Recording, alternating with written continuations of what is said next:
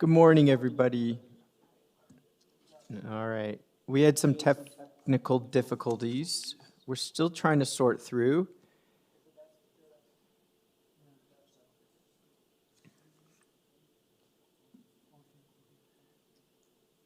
All right. It looks like... Okay. We're going to restart this morning's hearing because we had some technical difficulty. If the technical issue is not resolved, staff will let me know. But I will, we're going to be restarting the hearing for everybody tuning in. Thank you very much for your patience. In accordance with Section 45 and 53 of the Planning Act 1990 as amended, this meeting of the Committee of Adjustment of the City of Toronto is called to order. The Committee of Adjustment considers zone that applies to property, permission to extend or alter lawful non-conforming uses, and consent to sever property to create lots. We acknowledge the land we're meeting on is the Mississaugas of the Credit, the Anishinaabe, the Chippewa, the Haudenosaunee, and the Wendat peoples, and is now home to many diverse First Nations, Inuit, and Métis people. We also acknowledge that Toronto is covered by Treaty 13 with the Mississaugas of the Credit. The adjustment hearings are now conducted in a hybrid and virtual.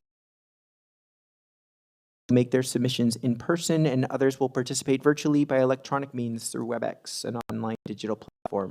The meetings are also streamed on Toronto City. When wishing to view the hearing, may watch on YouTube. Those who want to participate virtually and have registered in advance will be conducting with their computer, tablet, smartphone, or telephone, and have the option of participating via video or audio only. All virtual participants will automatically be muted on entry. When your item is called, you'll be unmuted by the moderator, one person at a time, until you're called on to speak. Those participating by video appearance will be temporarily upgraded to panelist when your item is being held. During this time, your camera will be enabled. You will only be visible during your 5-minute allotted speaking time, and at all other times your video will be disabled, and you'll be reinstated as a D. Participants, Committee of Adjustment staff will share presentations submitted in accordance with a written submission deadline. Through WebEx, are not allowed to use share screen or any other panelist controls during your video appearance. People attending in person today who want to receive a copy of the Committee of Adjustment on an application must fill out a decision request card, and those participating virtually need to submit a written request. Please ensure you include your name, your address, your email address, because the Committee of Adjustment and the Toronto Local Appeal Body will be sending notifications and appeal updates by email. If you do not agree with the decision of the committee, you may be able to appeal that decision to the Toronto Local Appeal Body in limited circumstances. However, the provincial government amended the Planning Act and generally removed rights of parties to appeal Committee of Adjustment decisions. Minister of Municipal Affairs and Housing, specified persons as defined in the Planning Act are permitted to appeal decisions of adjustment. Instructions set out. I'll call each item in the order listed on the agenda. Contested, the applicant with their presentation does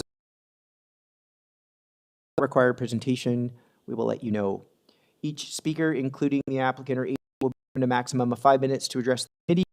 Any presentation or other material you submit to the committee must be mailed in advance of the hearing. Staff and committee members cannot accept materials at the hearing. Clearly state your address. Please remember to confine your remarks to the matters outlined in the application. The applicant or agent will proceed first and will present to the committee on the application. Please note that the committee may not entertain revisions to proposals at the hearing today. The committee may decide to defer the application if substantially revised to ensure and all those entitled to notice of the application are informed of the changes. Then individuals either in support or opposed to the application will be invited to speak. We call on people in the room first and then those participating online. Committee members may ask questions of each speaker after all speakers are finished. The application, the agent or applicant will have an opportunity to rebut only those issues that were raised by the end of the discussion. The application will be then taken into committee for a decision. All right. Before we get to the first Deputy Secretary Treasurer, I believe we confirmed that we don't have any minutes to adopt and no files to close. That's correct. We'll just move right to conflicts and then to item 1. All right, and no deferral request for the morning slot. So conflicts, panel or staff for the morning slot. Mr. Bartolo, you have a conflict with number 1, I believe. Yes, number 1, Mr. Chair. Worked on 75 in the past, and I'll review myself on that basis. All right, thank you. And we are starting with item number 1, number 10 to 12 OAKBURN Crescent. This is to contain consent to sever the lands into 2 parcels for the phased development of 2 30-story purpose-built rental apartment buildings and to create and maintain very right-of-ways.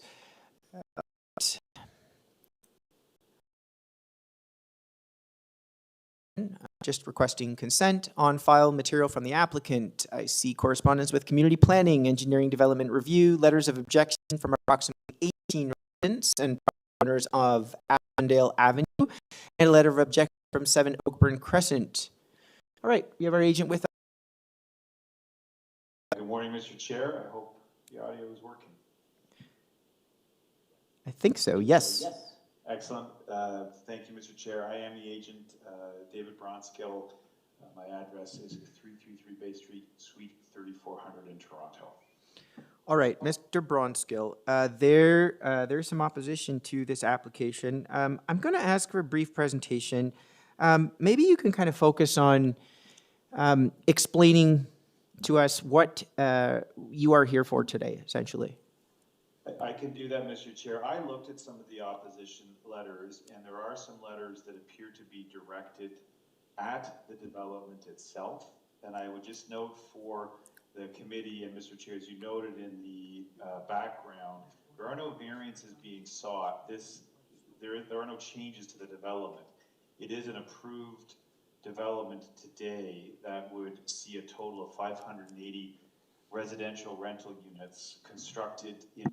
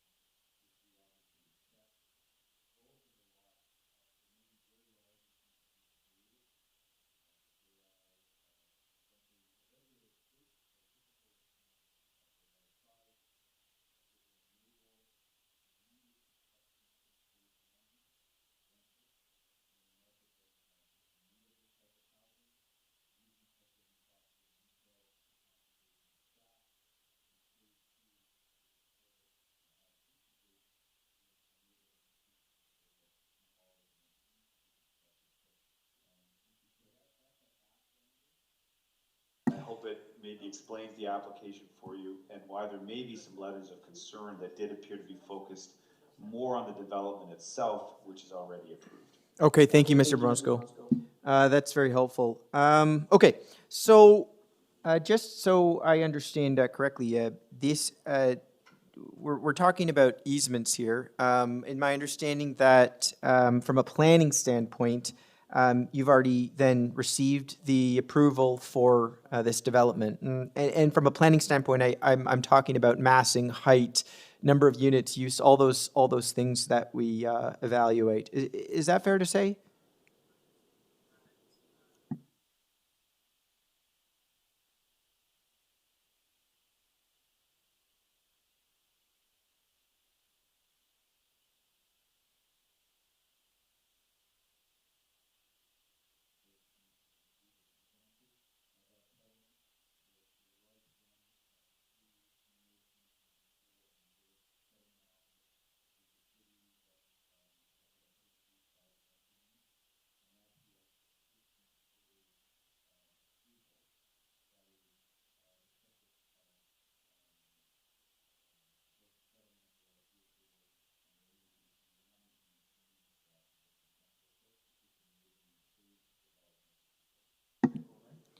Understood. All right, we have some other speakers. I believe we have, question.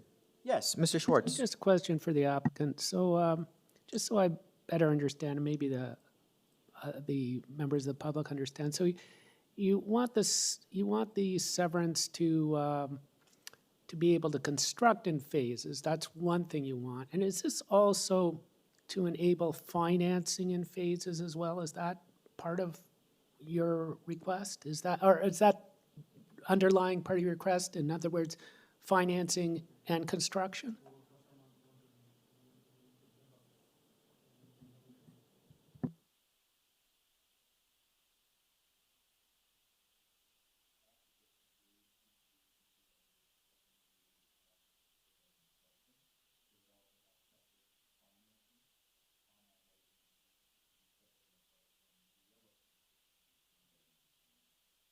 Sorry, because we have a sound issue.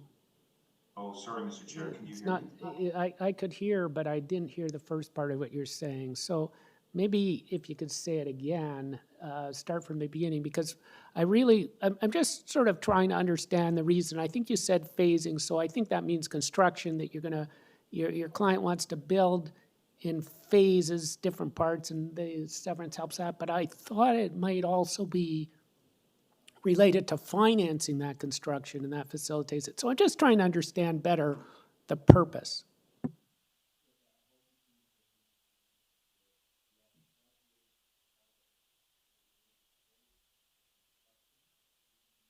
And the financing of that construction, yes. All right, thank you. We have some speakers that have come down. Yes. You can. Please come down to the podium. There's a mic, and before you start to speak, let's make sure the mic is on so that Mr. Bronskill can hear you.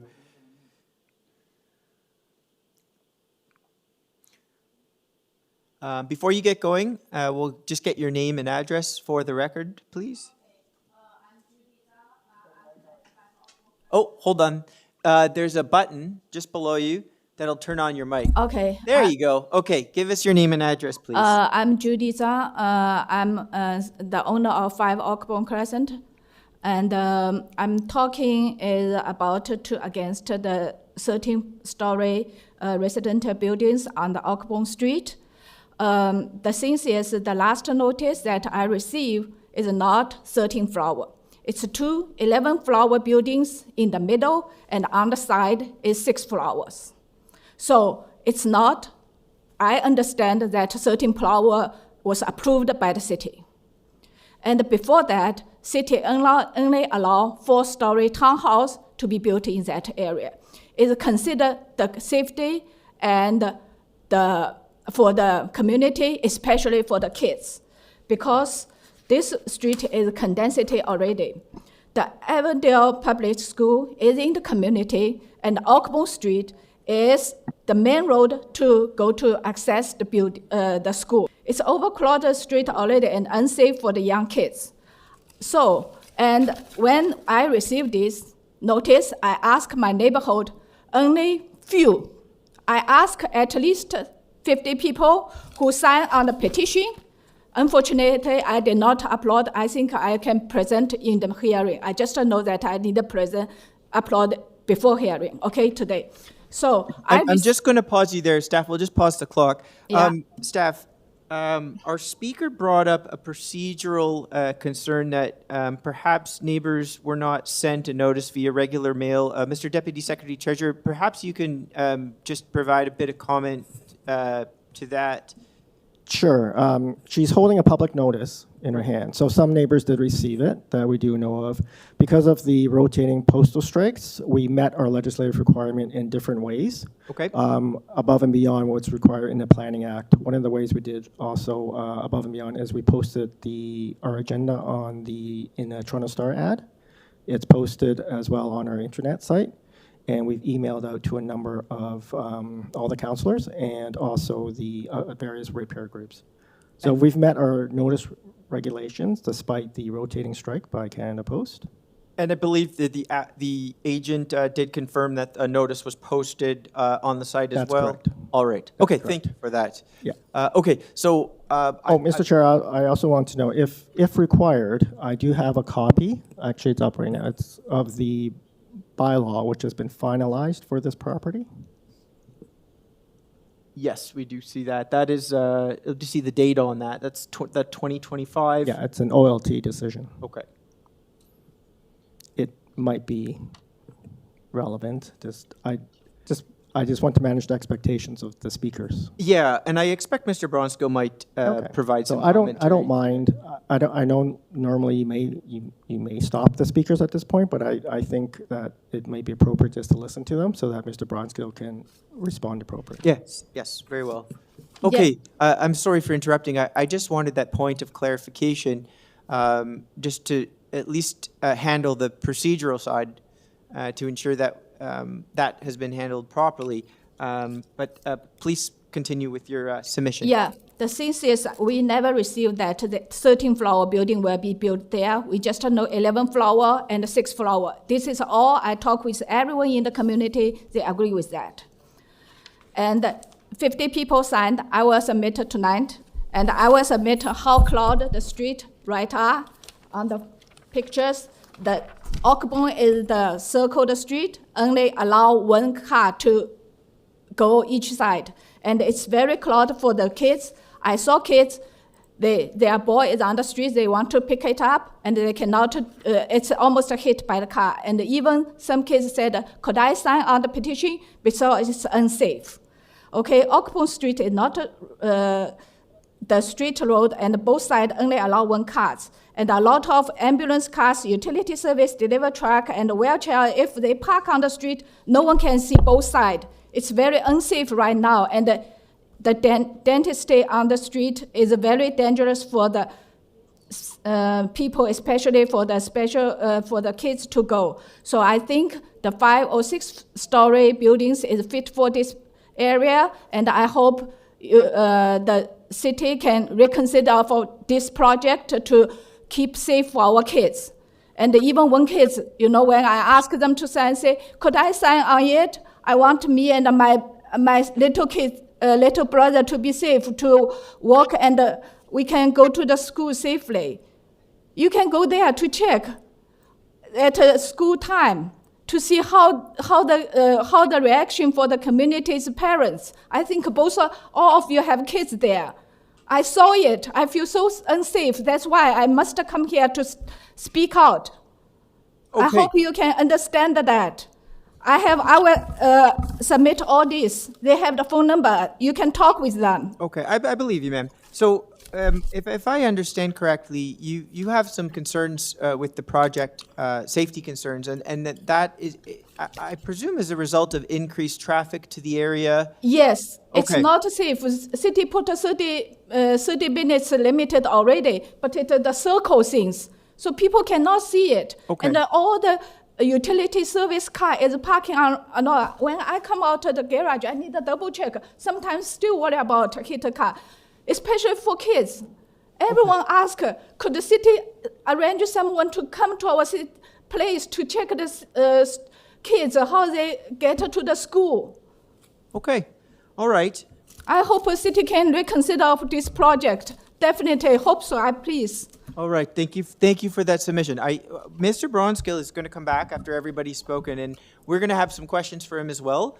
I'd like to, you've raised a safety concern, so I'd like to provide Mr. Bronskill an opportunity to explain. And I presume Transportation Services as well has had some oversight of this. Just so you understand, we have various departments within the city, and each of them specialize in specific things. When it comes to traffic, we would look to Transportation Services to see what their comments are. And if there were safety concerns, that's something that may be raised through that department, because it's really their responsibility to raise those concerns with the city. And that could be whether, a street becomes a one-way, whether there's a no left turn. There's only one way on it. Okay. And the other thing is, both way this is the internal cross. It's not on, if it's on the Young Street or Shepherd, no problem, car can come out. Right. But this is the main road to go to the school. Think about that. Yeah. So you're saying there's some access then required on some of the smaller streets, the residential streets that will come out of this. And and the other thing is all the you said okay, car cannot park there, but how about the delivery card? How about the UPS? How about the FedEx? How about the service card? They still need to park. A trucker car, even a trucker park here, the other car cannot go through. Need to wait for the other car come. I will upload some pictures. Even you see the night, how many cars? All right. I think I understand. Take a breath. It's for the kids. I cannot see these kids. They are worried, and please help us. Tell me that. I feel that's my responsibility as a citizen. Well, I thank you as a chair. I thank you for coming down today and sharing your concerns with us. Mr. Chair, just maybe if she's the first of a number of speakers, perhaps this is a time to maybe outline please send someone to come to the community in the when kids go to school, after school, talk with them, please. Okay. To remind the speakers about what jurisdiction your panel has right now, what's before you. Yes. Because I heard perhaps a plea to reverse the development. Maybe perhaps you can say a few words about what your jurisdiction is. That's a good idea. Okay, yeah, actually, maybe now's a good time, because we do have some other people that would like to ask speak. her questions. Oh, and we may have I'm questions. okay to ask you questions, because actually, our staff member is trying to get us to explain to you what our jurisdiction is. And so we aren't the city council. We aren't the Ontario Land Tribunal. We're a committee that makes administrative types of decisions. We can't reverse what's already happened. If this has already been approved, and I understand that it has already been approved by the City of Toronto and the Ontario Land Tribunal, even if you're upset with it, even if you disagree with it, we couldn't change that.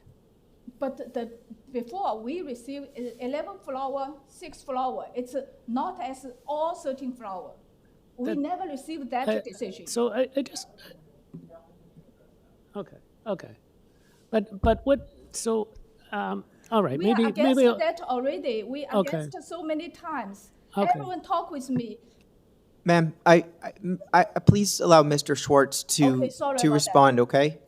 I don't want to upset you more than this proposal already has, but certain things happen. There's a sequence, and then it comes to us. And this is why I asked the applicant the question about you're severing it to build it, you're severing it to finance it. We're really only dealing with a very minor part of this, well, it may be important towards getting it off the ground, but the idea is to get it off the ground in a way that respects the community. It's already been approved to get off the ground, right? And if we're just a little piece. We could potentially delay it, but based on everything that's already happened, delaying it is not going to solve your problem. It's only going to make things worse for everybody. That's all we can do. So think about, I mean, you're here asking us to change it, and we can't do that. This is just a little piece of the puzzle in a bigger puzzle that's already basically. Did you inform us that will be 13 floor? This is the first time but- I know that. Okay. No one informed us. Mr. Schwartz, I'm going to interject here. I can't have this turn into a back and forth. You've raised the issue that you weren't aware that there was a height increase. Yes. I am going to ask Mr. Bronscale to address that. My understanding is if there was an increase, that was done through the Ontario Land Tribunal. It's a separate body. It's the province. It's not the Committee of Adjustment. We only had carriage of this file a few weeks ago, right? These things were carried through with the tribunal in 2025, right, this year. So I will ask Mr. Bronscale to speak to that, and if there's a procedural matter with respect to notification, that would have to be brought up through the city and through the Ontario Land Tribunal, not the Committee of Adjustment. It's only an application today for consent. They're parceling up the land to facilitate the project, but in terms of the height, the massing, the design, the number of units, the rental component, none of that is before us today. None of it. It's of no consideration. But I hope city to consider about because the city I know work for the peoples, work for the community. That would be your city councillor. Who's your city councillor? Do you know? Is Cecilia Chen or what? Find out who your city councillor is, and forward these concerns, because I understand it's not just yourself. There's a number of residents. This might, I think, maybe best now to be triaged through your city councillor.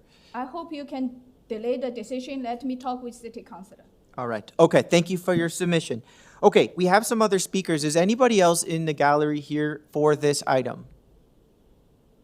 Okay. No. Staff, we have some people online.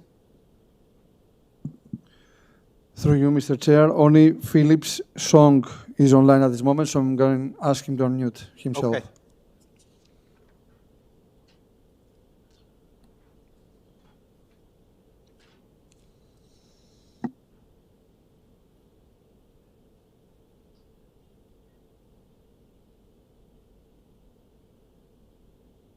Hi, this is Philip. Can you folks hear me well? Yes, we can hear you well.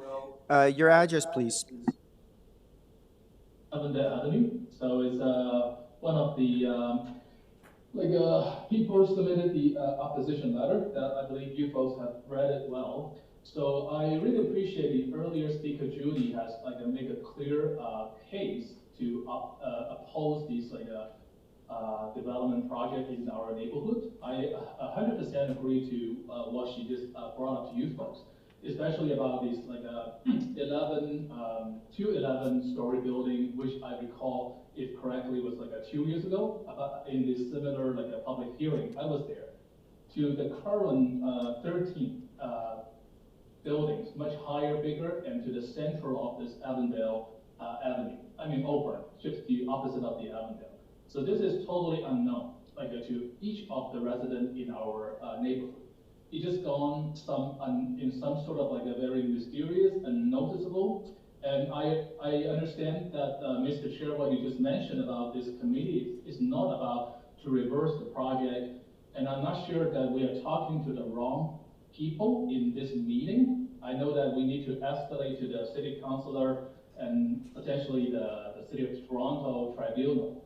But just to draw this to your understanding that it is not, it seems to me it's not a very legitimate sequence or procedures that these things going in the past few years. And if you take into consideration what's happening in the city, in the country, it's gone pretty messed up. And what the earlier lady Julie mentioned on a traffic issue in our neighborhood is something growing and growing. That is not what the case in the earlier 2 years. So when you mention things that have been approved by the city, by the tribunal, I'm not sure that is well justified for these projects to continue. And if you read our letter, which I believe submitted to you folks a week ago, that has clearly outlined our opposition, and really just this project cannot just continue in this way. I know there's some procedure by the city, by the tribunal whatsoever, but at this stage, things changed a lot in the past 2 years. So this is just basically, I don't want to waste time going back and forth what Judy has mentioned earlier. So I hope you read through our information, our opposition, and I understand we might have to go back to the city councilor and further escalate to the tribunal, but at least just walk us through what needs to take place from our side to either to delay the project or either to, in the very minimum, to fight for our best interest. Thank you, gentlemen. All right, thank you for that submission. Questions? All right. Staff, do we have other speakers? No. Okay. At this point, I'd like to turn it back to Mr. Bronskill. We've heard a lot of testimony from our two speakers, and I'd like to hear from Mr. Bronskill. Perhaps he can address some of the concerns that were raised by our speakers. Thank you, Mr. Chair. I don't want to get into a back and forth with the speakers about the planning merits of the approval, so I will try and avoid that, Mr. Chair. I obviously have a different view when we're looking at 580 units of rental housing within walking distance of a subway and a housing crisis facing the province. But I don't think that's what's before you. And I will do just two things, and I hope both speakers can both hear me and appreciate what I'm about to say in terms of the history. It went through a very public process through the Ontario Land Tribunal. It ultimately resulted in a settlement that went to City Council not once but twice. The minutes of those City Council resolutions in support of this development are public in 2023 and 2024. It resulted in an Ontario Land Tribunal decision that had conditions to be satisfied prior to a final order, and that final order issued this year and was assigned, the zoning bylaw was assigned a bylaw number, which is why it's an August 2025 bylaw number. One speaker, Mr. Chair, and I know this isn't related to the severance, but I'm trying to do this maybe to provide just a bit of additional background, was expressing a concern that there's much more height and massing on the site now with 13 stories. Again, that's not actually the case. The 11-story approval was modified to 13 stories through changes to floor-to-ceiling heights that enabled an additional 135 residential rental units. And I'm quoting from my letter to City Council that is public and available on the City Council website. The approximately 135 additional residential units are without any change to the built form endorsed by City Council and implemented in the OLT decision, including but not limited to height, setbacks, and step backs. So the built form envelope, Mr. Chair, including the height, didn't change when it went from 11 to 13 stories. So I just wanted to flag that for the committee and for those listening. There's not a secret process here. It's a very public process that's resulted in this development. And the second thing I'll say quickly, Mr. Chair, is my client is listening. They are observing on the YouTube channel. We hear their concerns.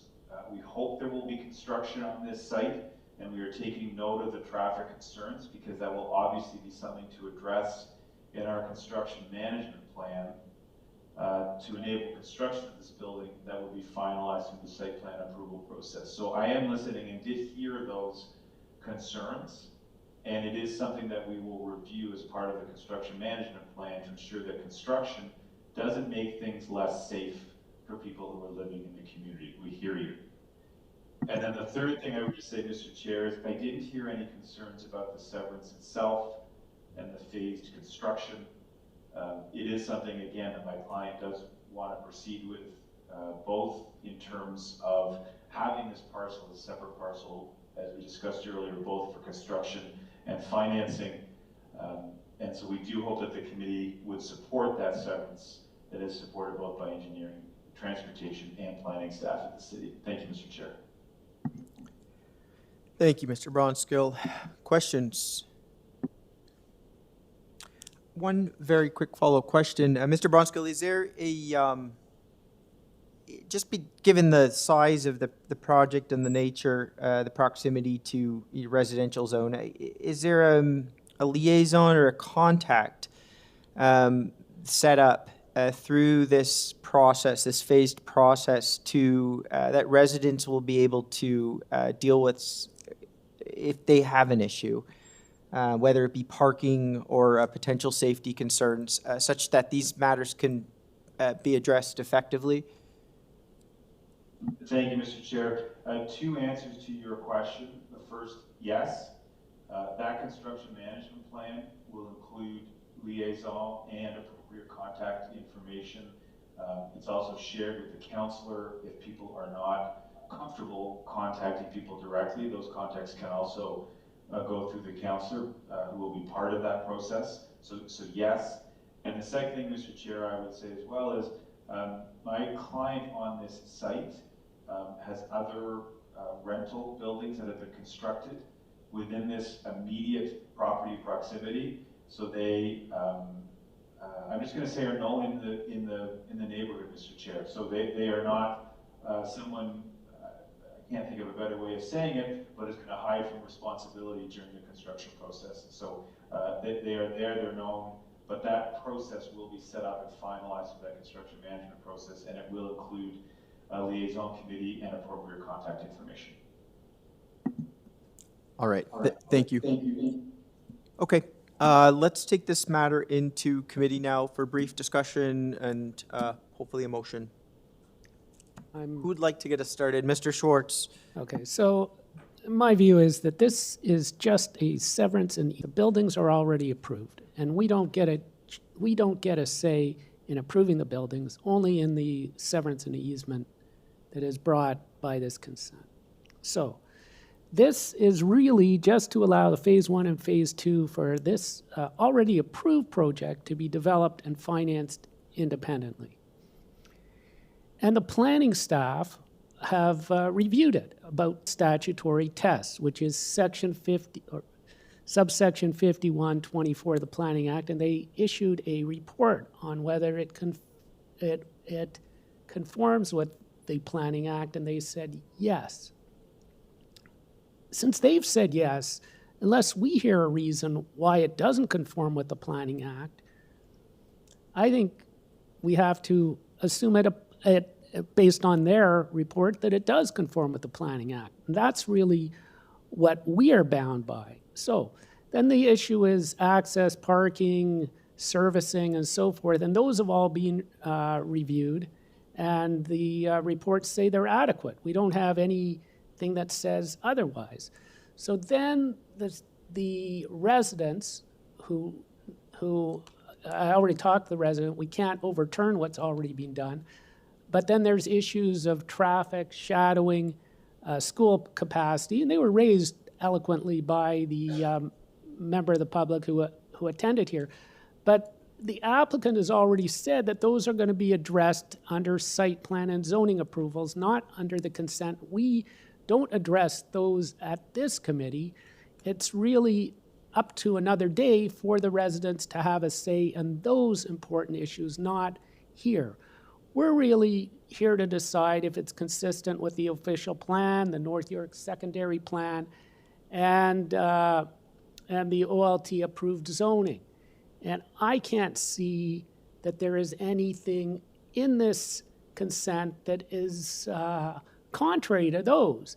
Given everything, I think I'm prepared to make a motion to approve it, right? So I'd make a motion to approve, to permit the severance of the lands into two parcels, the creation of the easements outlined in the staff report, subject to the standard conditions recommended by planning staff, and if there are other conditions, I'm prepared to incorporate those too, if I any. believe we have some from Development Engineering Review. Right. And just a quick, if I may, I believe there's a site plan approval phase, and that is an important part of this planning process, at least from my own experience in the public side. The site plan approval is often facilitated by a city councillor and through community planning. So I think there was a request for some direction from the public about, you know, where and how they can continue to be a part of this process. So I would start there with the councillor and perhaps with community planning to inquire about how they can be a part of the discussion that's happening with respect to the site plan approval, which I believe is still ongoing. Mr. Schwartz, or actually, no other members have a comment. Mr. Schwartz, perhaps you'd like to make a motion. See, yeah, you've made your motion. I made the Mr. motion. Schwartz. But Okay, so you're inclusion of the basically- development engineering review then. Yeah, site plan approval, other standard conditions recommended by planning staff, and what were the other ones? Engineering? Development engineering review and community planning are the two that I have. Development, Advisory engineering, ways, and yes. planning. Anybody else? Okay. So do we have that development, engineering, planning, and site plan? I believe that's it. Just the two. I'm going to caution about the site plan application. Is Yes. that I don't think that was requested. Yeah, okay, so let's keep that out. Yes, no, it's not part of it. Yeah, Just the- For clarity, I just want to make sure what we're okay, adding so as the it- member's condition. So Okay. we're just adding the development, engineering, and planning, You got it. but otherwise, the motion is to approve, subject to those two. Okay. Okay. And We have no- that staff? Mr. Fazeli notes that are just advisory comments, but, It is advisory. There are comments, yeah. advisory comments? so do I have a seconder for that second that. motion? Okay, Mr. Marchiari, thank you. All in favor? Okay. And that is, that carries. That application is approved. Can we get Mr. Bartolo back? Invite him back to, excuse me, ma'am. All right, perhaps, let's take a 5-minute break. We will resume just past 11. Okay. How can you do something that without notify the neighborhood?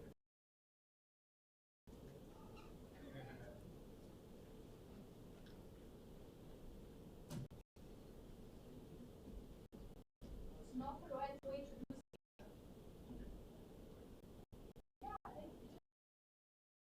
they know that 11 flower and the side is 6 flower will go to 13 flower. They never let us know.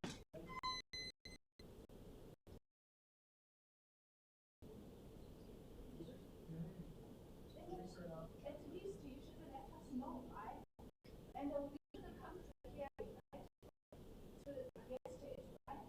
But never ever receive that. No receipt. Yeah.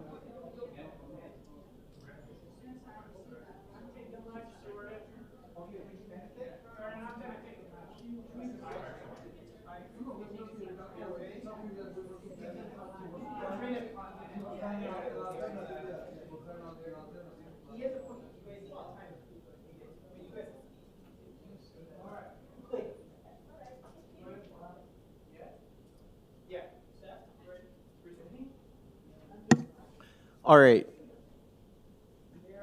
They're ready. Yes, we're back.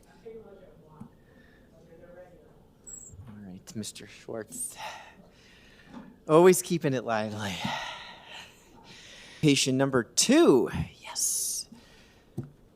15 Glenborough Park Crescent. This is a consent application for this is obtained to consent to sever the property into 2 residential lots to build 2 single detached dwellings. For part 1 and 2, we've got variances for lot area, lot frontage, lot coverage, north and south side yard setbacks, side main wall height, main pedestrian entrance of stories, and rear platform area. And for part 3 and 4, same on file, a material from the applicant. I see report from community planning, email from heritage planning, memo from development engineering, TRCA, as well as urban forestry. I also see letters of objection from approximately 9 residents, 9 area residents on Glenborough Park Crescent. Do we have our agent with us?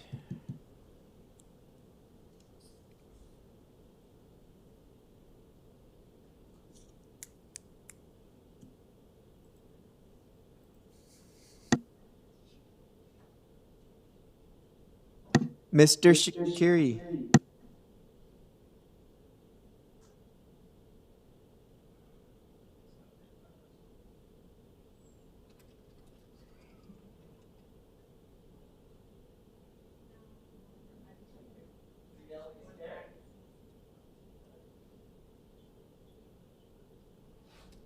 Ali Shakiri, 326 Shepherd Avenue East. Good afternoon. Sorry, I was muted. No problem. All right, Mr. Shakiri, we do have some opposition to this file. I'm going to ask for a brief presentation from you. We've got the 5 minutes up on the screen whenever you're ready, sir. Sure, if I can have my support material displayed. This lot, the first page, if you zoom in, that red highlighted parcel is what we are trying to sever into 2 lots. And there is a lot of things going on here. That purple building on the corner of Finch and Glenborough is a large commercial building. Opposite to that, on the other corner, there are lots of townhomes with very small frontages and very small lot area. That orange area is subject to a 13-story mixed-use residential application. And just opposite to us, that's a yellow shaded area now under construction for a multiple unit rental building. So now we thought there are so many other like different applications going on over there. If you go to the next page, that shows the that commercial building at the corner. And if we go to the next page after that, this is on the right, that's the subject property, currently very small house, sort of comparable to what we're proposing to have, two of them. And opposite to that number on the left, 18 Glenborough under construction, that is a 4 unit. Actually, they got approval for 3 units, and now they have made a revision to make it a fourplex rental building. If we go to the next page, that is another angle. You see like how massive this excavation is, and those are the building permits and stuff. If you go to the next page, that's the building permit, mentioning 3+ units, but it's actually 4 units going to be. Very likely in the near future, a garden suite, perhaps they delayed it for maybe a development charge or something. But if you go to the next page, that kind of demonstrates a fourplex rental building that could be proposed on this lot as of right, with a mass a lot greater than what we're proposing, with a garden suite, which would be like significantly larger than these two houses, detached houses that we're proposing. And we thought, my clients actually prefer to have 2 single detached homes, and that in terms of mass, it's comparable to what we have in the area.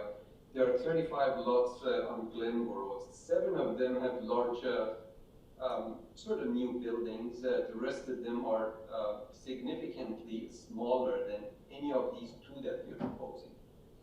I don't think if having a fourplex rental building with a garden suite is more appropriate for developing this lot, and we thought this would be supportable. We see a report from the planning, which they are recommending refusal. I look at the report, but I think neither, I mean, if they're basically mentioning that it doesn't, it's not prevailing, it doesn't basically, on that prevailing basically board, you know, if we focus on that, I think that rental building also it's not like in keeping with the character of the neighborhood. I don't think if any of the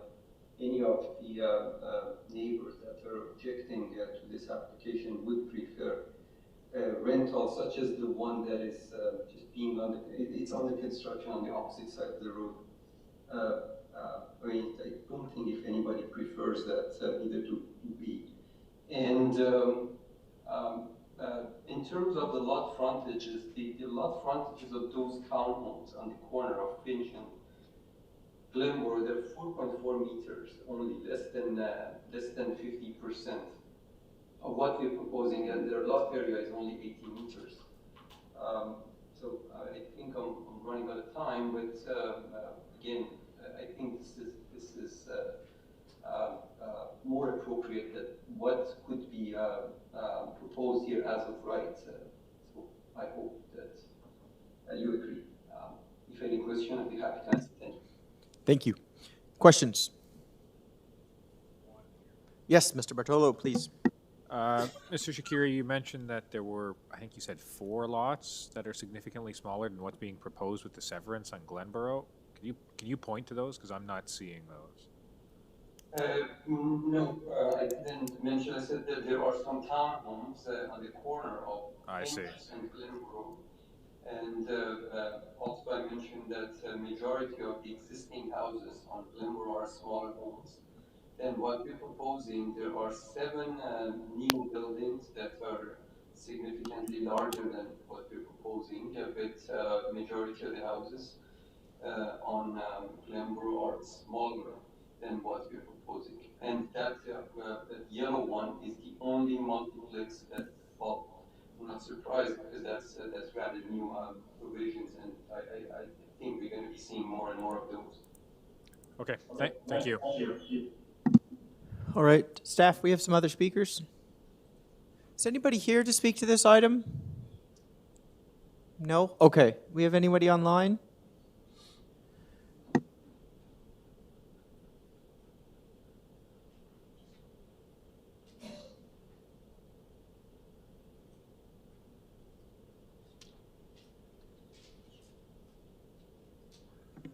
Through you, Mr. Chair, Elham Gaderian is unmuted.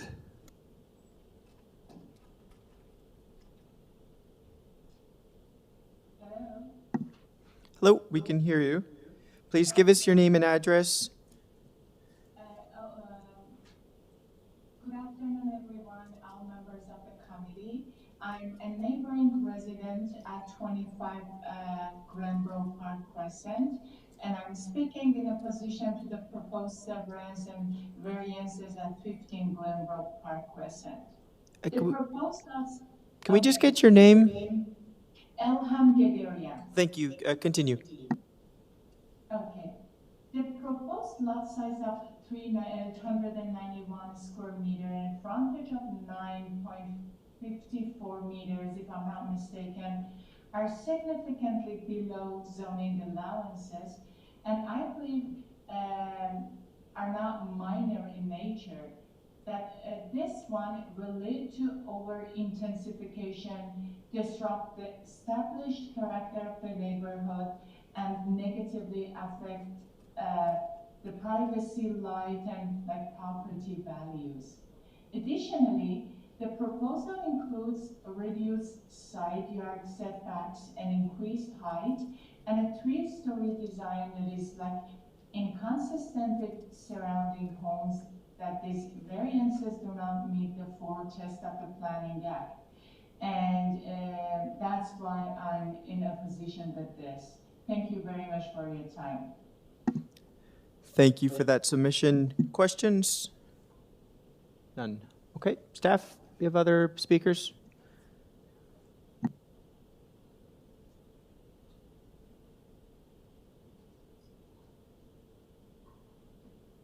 Hello? Hello. I'm actually the direct family member of the owner of 28 Glenborough Park Crescent, Yana Chan. Welcome. May I continue? Yes. Yeah, first of all, we do have a signed form with 8 or 9 homeowners from the nearby neighborhood that's against the severance. Just to speak to a few points that the proposer has mentioned, obviously all these multi-residential properties he's mentioning are all on Finch Avenue directly, which is a large major street. It has direct public transit. Obviously the development requirements are very different. What he has suggested is only a little bit over 9 meters for the frontage of each of these lots. I believe that for the existing Glenborough Park Crescent, the smallest is close to 60 feet, which is about double what's proposed in the plan. I'm pretty sure it's significantly less than what's the zoning in this area. And secondly, as you mentioned, the 18 Glenborough Park Crescent that's doing renovation, I saw that they actually just got their building permit recently. There was no notice sent to any neighbors in the area. It's not something that anyone has approved of, just for reference. There's obviously we have homeowners here, we asked neighbors, nobody got any mail for that. So they got the building permit directly. And yes, to their point, it is a three-story triplex, but it's not something that anyone agreed to. In terms of what's proposed here, obviously the lot is going to be significantly smaller than all of the neighboring lots. It's not really complying to the neighborhood characteristic. If anyone walks into this neighborhood, they'll know that all the lots are significantly large. Most people here are renovating like larger properties to use up the entire lot for one single family home. So it's a huge disturbance to all of the neighboring units. Secondly, we noticed that, just this one unit at 18 Glenborough Park that started some construction, the entire street is lined up with lots of cement trucks throughout the day. It's very loud. Basically, sometimes it's blocking the road, like we have to ask the truck to move just to move our cars. And just that one property is causing so much stress to traffic in this neighborhood already. Basically all day long, these roads are blocked off. If there was proposing to build 2 houses, you can imagine that this street will not be accessible for like probably 9 to 12 months. So it's a very ridiculous suggestion. The road is very narrow. There's not that much space. Like if you look on the streets, like there's no parking allowed on the streets during the day. So that just lets you know that even the city doesn't believe that cars can be parked here because it's so narrow. And to have trucks coming back and forth is basically going to be blocked off. And not to mention for many families here, including the family that lives in this house, they have 2 young children. With all these trucks going around, it's not safe for them to let the kids outside to play outside. There's a lot of parks here. They can't really let the kids walk here safely. They're very, very short. These trucks are huge. It's a safety hazard for children, right? Especially in this neighborhood where people aren't expecting to have like large trucks move by in such a small road. And also, in terms of like, there's like more plumbing required. There's more people living in the city. There's like a lot of intensification. There's a lot of stress on the city as well. Obviously, this neighborhood is not built naturally for intensification. We're going to be increasing the population by lot split. That's also, we feel like it's a concern. Yeah, and that's what we wanted to bring up. Thank you. Questions? All right, staff, we have any other one online? Okay, let's take it back to Mr. Shakiri. Mr. Shakiri, I should have also asked at the beginning, do you have any modifications on this application? No. Okay. Actually, when I was in contact with the community planning, they suggested that if they are in support of this application, they change their position to be in support. They're willing to modify and drop many variances, but they disagreed. So I'm not making any change. However, if you wish to make any modification subject to approval, then we respectfully accept. Going back to what mentioned by the neighbors, I do understand. And as I mentioned, that's number 18 on the construction now. I mean, if everything they mentioned is going to be a lot worse if this proposal is changed to a 4-plex or maybe even 6-plex in near future rental units, because the one number 18 on the construction now, instead of 2 sort of detached dwellings with a garage, we're going to be seeing 4 rental units without garage. So 4 families are going to move in without any car, and that would be. I personally think that's. I wouldn't want to be living nearby, and basically that's the reality of it. It's that there are provisions, and nobody is stopping people of doing that. Comparing to that, I think what we're doing is very appropriate, especially the fact that these houses, especially at this size that they're mentioning is too small, they're still larger than majority of the houses in that neighborhood.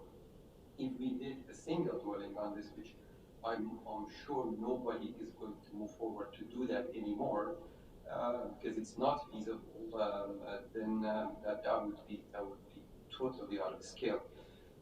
So I think all the concerns that they have will be times more of a concern if a rental building is proposed on this lot, such as the one that is under construction right now. All right, thank you. Any questions for Mr. Shakiri? Okay, let's take this matter into committee. Who'd like to get us started?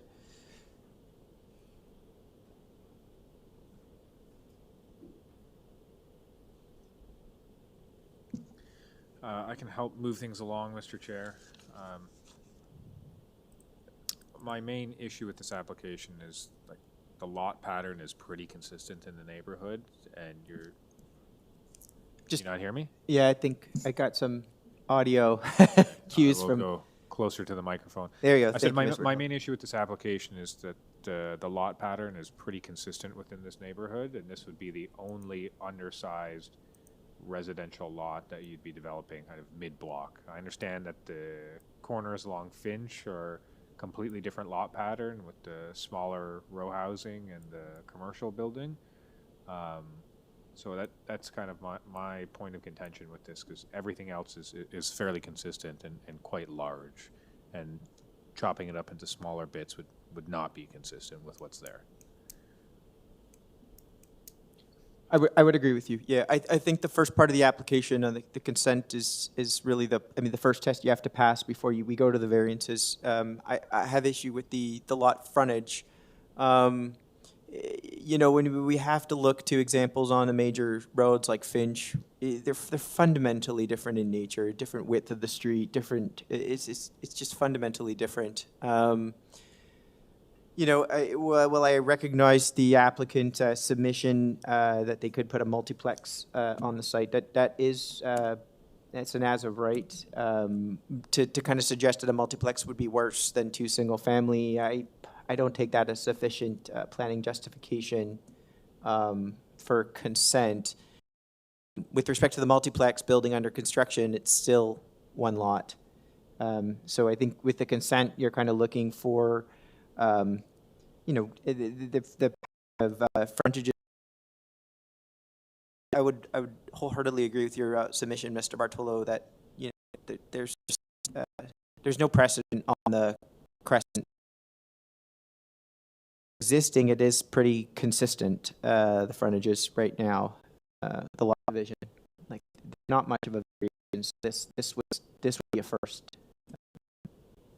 My colleagues feel if they have a motion. Yeah, I'm willing to bring a motion because I agree with my colleagues. So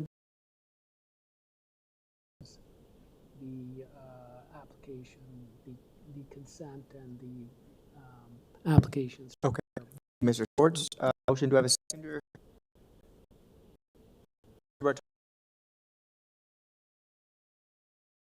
Unanimous. That application's approved.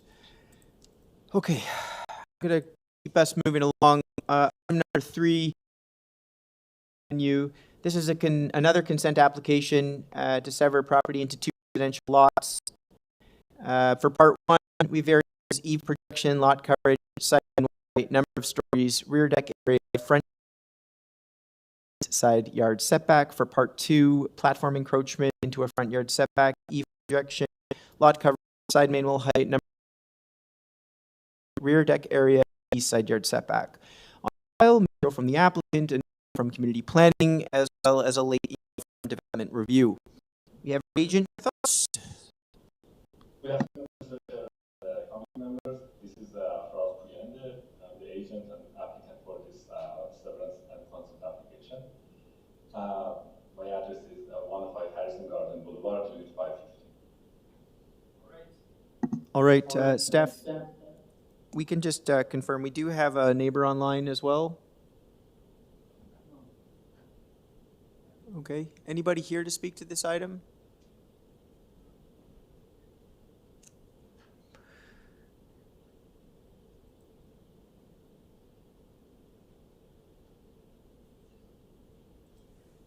All right, so we only have the agent here to speak to this.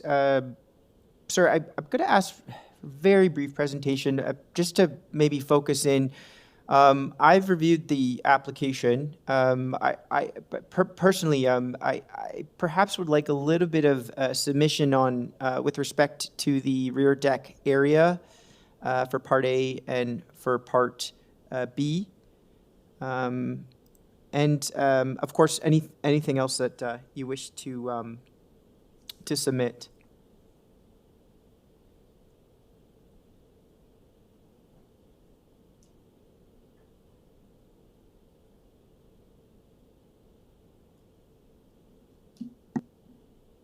Can I? Yes, Mr. Maggiore. Thank you, Mr. Chair. If you're going back to the agent, if you can just quickly address that there's no variance with the lot frontage and lot area with the severance, that would be great. Thanks. The lot is big enough and it has, wide enough to have the minimum lot frontage after severance to meet the minimum requirements for the zoning bylaws. And we are not looking for those variances.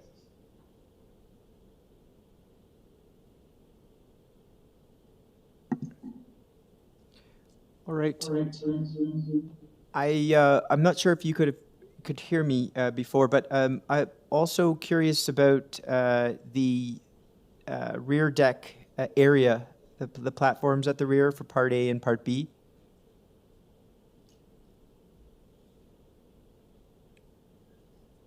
Because the area is as a result of the new bylaw from 2 years ago, that the mean of the basement then is higher than the established grade. The building considered as not 2-story, considered as a 3-story. So the deck area in this situation, because it is 40 centimeter roughly, 1 to 4 inches above the established grade, it considered as the platform. So it looks like a big area, but if there is a concern for the area of the deck, the client and I, we are willing to, reduce the size to receive the approval from just for this. Okay, but do you have any precedent or I understand the reason for the. We just get some technical issues where we're going to resolve.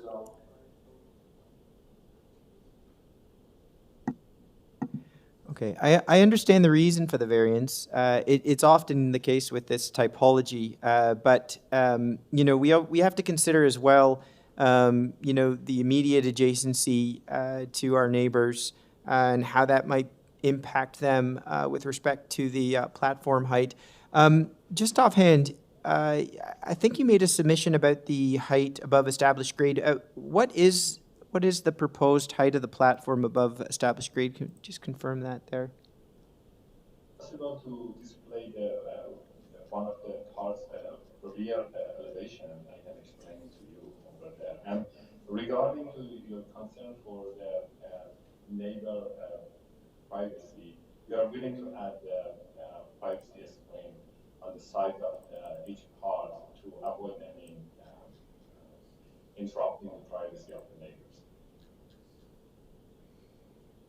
For the height of the deck, if you can see the established grade here,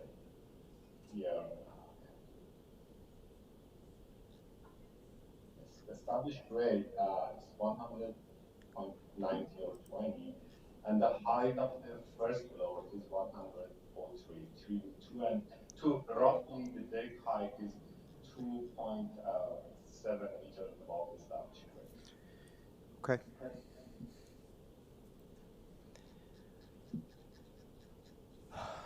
Members, any other questions? Okay. And staff, just reconfirming, we don't have anybody online to speak to this. Great. Okay, so let's take this into committee. Who'd like to get us started?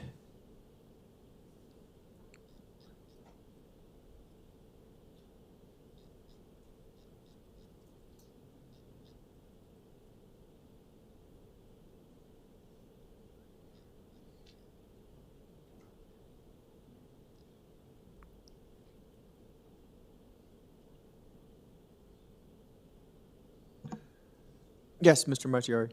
Thank you, Mr. Chair. I can start it off and see how far it goes. I think this is a supportable application. I don't have any concern. I had initially same concern as yours with the rear deck, but I don't see any concern or objection from the neighbors.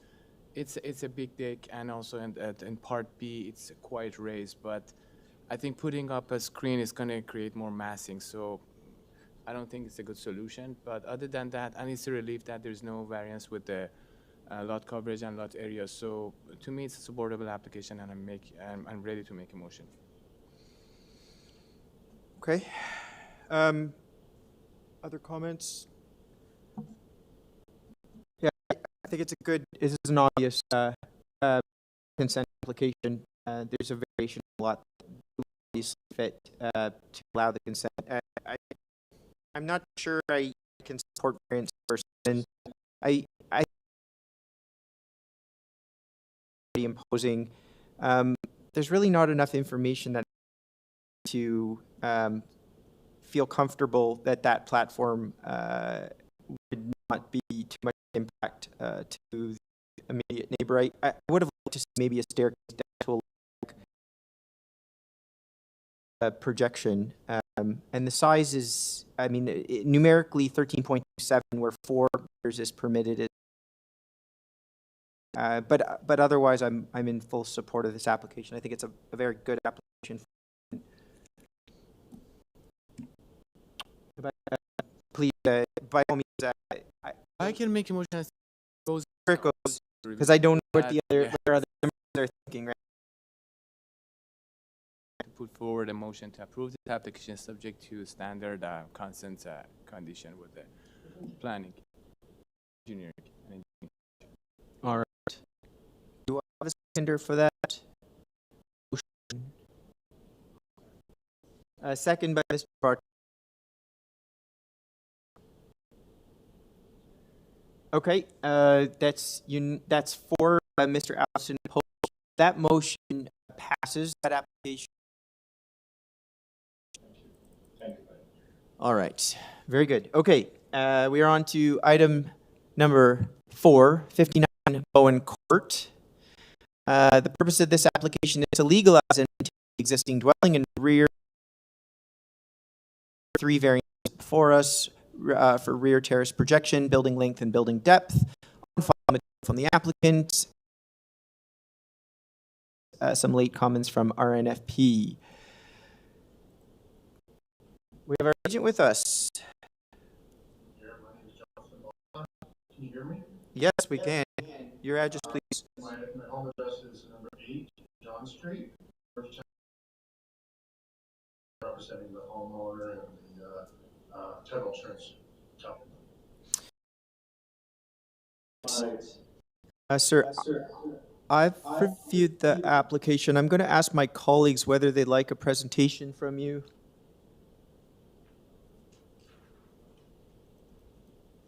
It doesn't appear so.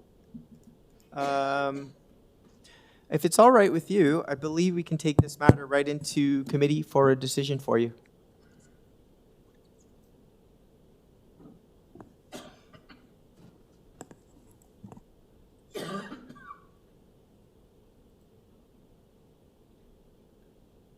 Mr. Baldock? Yes. Oh, if it's all right, can I take this into committee for a decision? Yes, apologies. Yeah, go right ahead. Thank you. All right. Okay, let's move this into committee.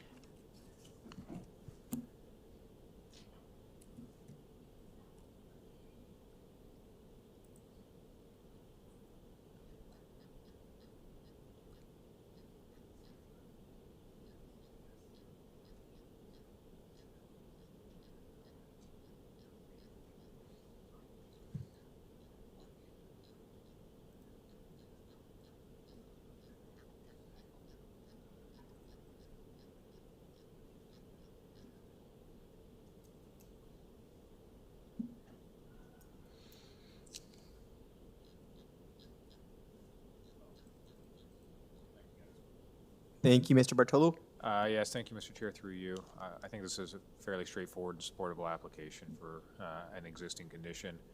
I don't see any negative impact on the neighborhood or anything overly to approve this application. All right, do I have a seconder? Second by Mr. Vizzelli, all in favor? All right, it's unanimous. Okay. That's approved. Moving on, item number 5, 100 King High Ave. Purpose of the application is to construct a new 2-story dwelling. 2 variances, front yard setback and lot coverage.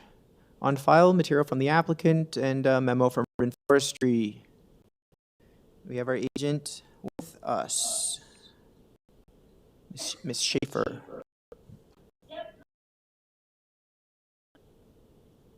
All right. Ms. Schaefer, I'm going to ask my colleagues if they'd like a presentation on this file.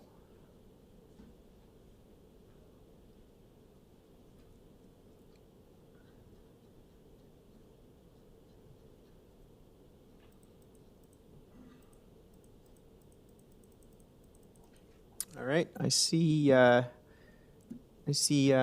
we might be able to move forward. If it's all right with you, I can take this into committee for a decision. Yes, please go ahead. Thank you. All right, let's move into committee now. Yes, Mr. Marciari? Thank you, Mr. Chair. I think it's a pretty straightforward application, so I'd like to put forward a motion to approve based on the fact that it meets the 4 tests with the urban forestry condition number 3. All right, do I have a seconder? Mr. Fazeli, all in favor? All right, that's unanimous. That's approved. With the, you as well. Yes, with forestry, condition number 3. Item number 6, 103 Bowie Avenue. The purpose of the application is to construct a 3-story fourplex with a garden suite in the rear yard. For the fourplex, we have a variance for front yard setback, and for the garden suite, we have an east side yard setback and lot coverage variance. On file, material from the applicant. I also see urban forestry. We have our agent or applicant with us, Mr. Brander. Good morning, Mr. Chair. Can you hear me? Yes, we can. Thank you. My name is Adam Brander from Brander Architects. Our address is 260 Carla Avenue, Suite 202D. I'm the agent for the proposal at 103 and 105 Bowie Avenue in North York. All right. Just before we get going, is anybody here to speak to this item? And staff, do we have our neighbor online? We do. Okay. Mr. Brander, we have some opposition to this file. I'm going to ask for a presentation from you. We'll get the 5 minutes up, and whenever you're ready. Thank you. Thank you, Chair. This proposal consists of a multi-unit main building. It's complete with a modest single-story plus basement ADU garden suite in the rear.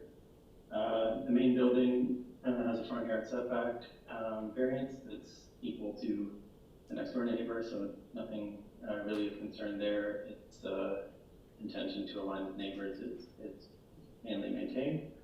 The additional variances are limited to the accessory dwelling unit at the rear of the properties only.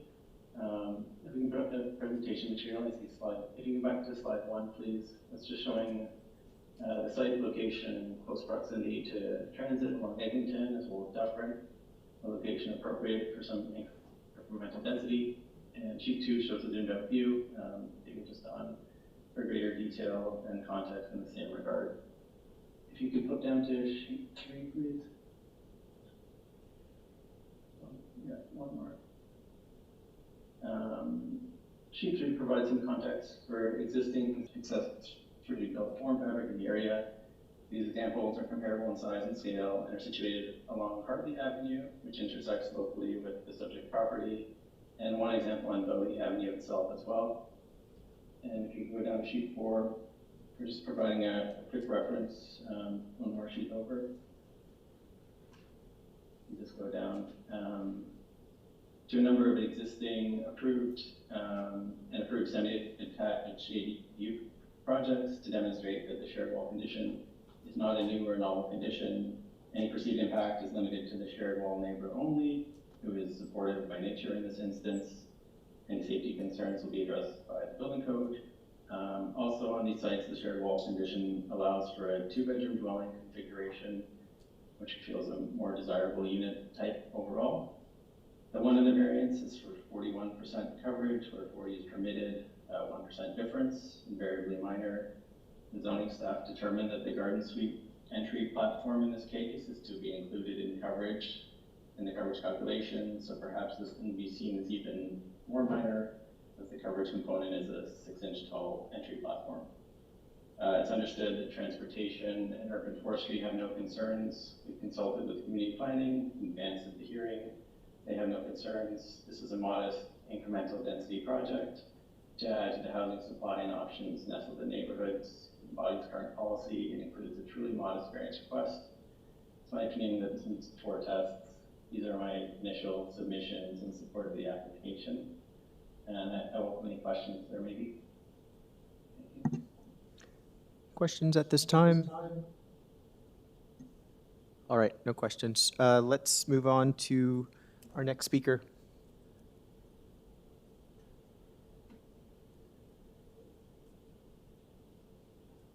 Hello? Hello. Hello? Yes, this is Anthony Armo. I live at 35 Chamberlain Avenue. Welcome. Yeah, thank you. I'm here to object to it in the sense of my property backs onto a property adjacent to where these properties are going to be built to. I don't think the variance is minor when they're asking for a variance of 0 when the bylaw says 1.5 meters, especially with the greenhouse suites. If you look in the residential area, the majority of the homes in our area are family-based. They are 2 stories. The 3 stories that are there are single families. There are very few multi-residential places, and this will disrupt the neighborhood, also taking away from the original urban planning of this family-oriented neighborhood.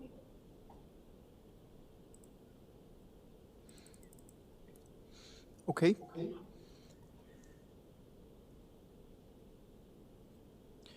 Do we have any questions? All right, thank you. I'd like to turn back to Mr. Brander to address some of the concerns that were raised by the immediate neighbor at the rear. Thank you, Mr. Chair. Can you hear me again? Yes, we can. Thanks. Yeah, in relation to the comments voiced by the resident on Chamberlain Avenue, just observing the overhead map, the subject properties have two properties. Distance between being adjacent from one another at 103 Bowie and 105, and the variance is requested that them are incremental or is it all in the direction of the property on Chamberlain. And again, it's just a 1-story plus basement modest ADU dwelling that's kind of in keeping with the existing fabric. So my response would suggest that there's little impact to that resident in particular, and yeah, if there's any other questions, happy to entertain. All right. We have a question from Mr. Fazeli. Yes, through you, Mr. Chair. If the applicant can address the setback of requesting for 0 meters, and it was brought up by the neighbor as well. Yeah, certainly. For the setback, it's along the shared, to create a shared wall condition between 105 and 103 Bowie only. There's no setback variance requests in any direction to the rear or to the sides to any of the adjacent properties, and both these properties that are supportive of the setback variance are part of the application. So it really has no outward impact to the neighborhood around. And I guess in addition, we submitted some existing context of semi-detached and ancillary units and buildings that resemble this boat form, so it's not uncommon in the neighborhood as well. All right, thank you. Other questions? All right, let's take this matter into committee.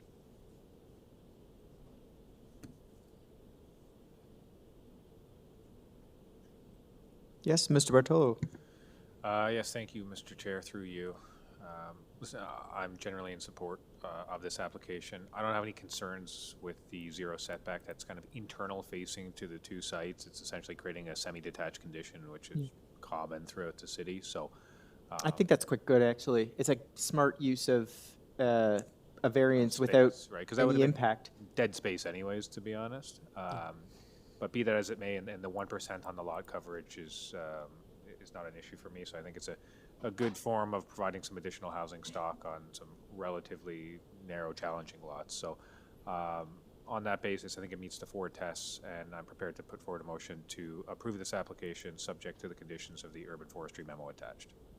All right, do I have a seconder? Okay, second by Mr. Marziari. All in favor? Opposed?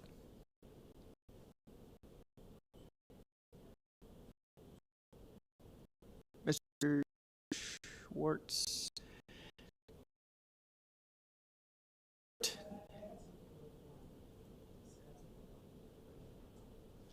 Right, it looks like we'll pass, but, okay.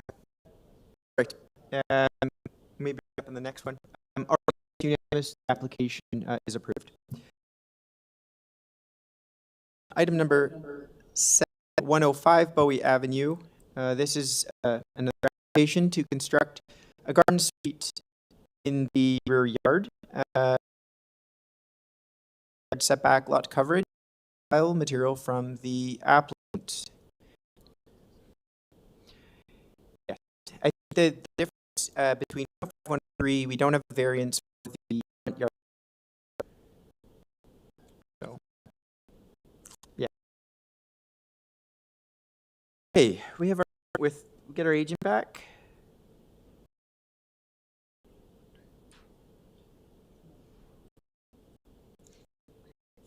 We have a different.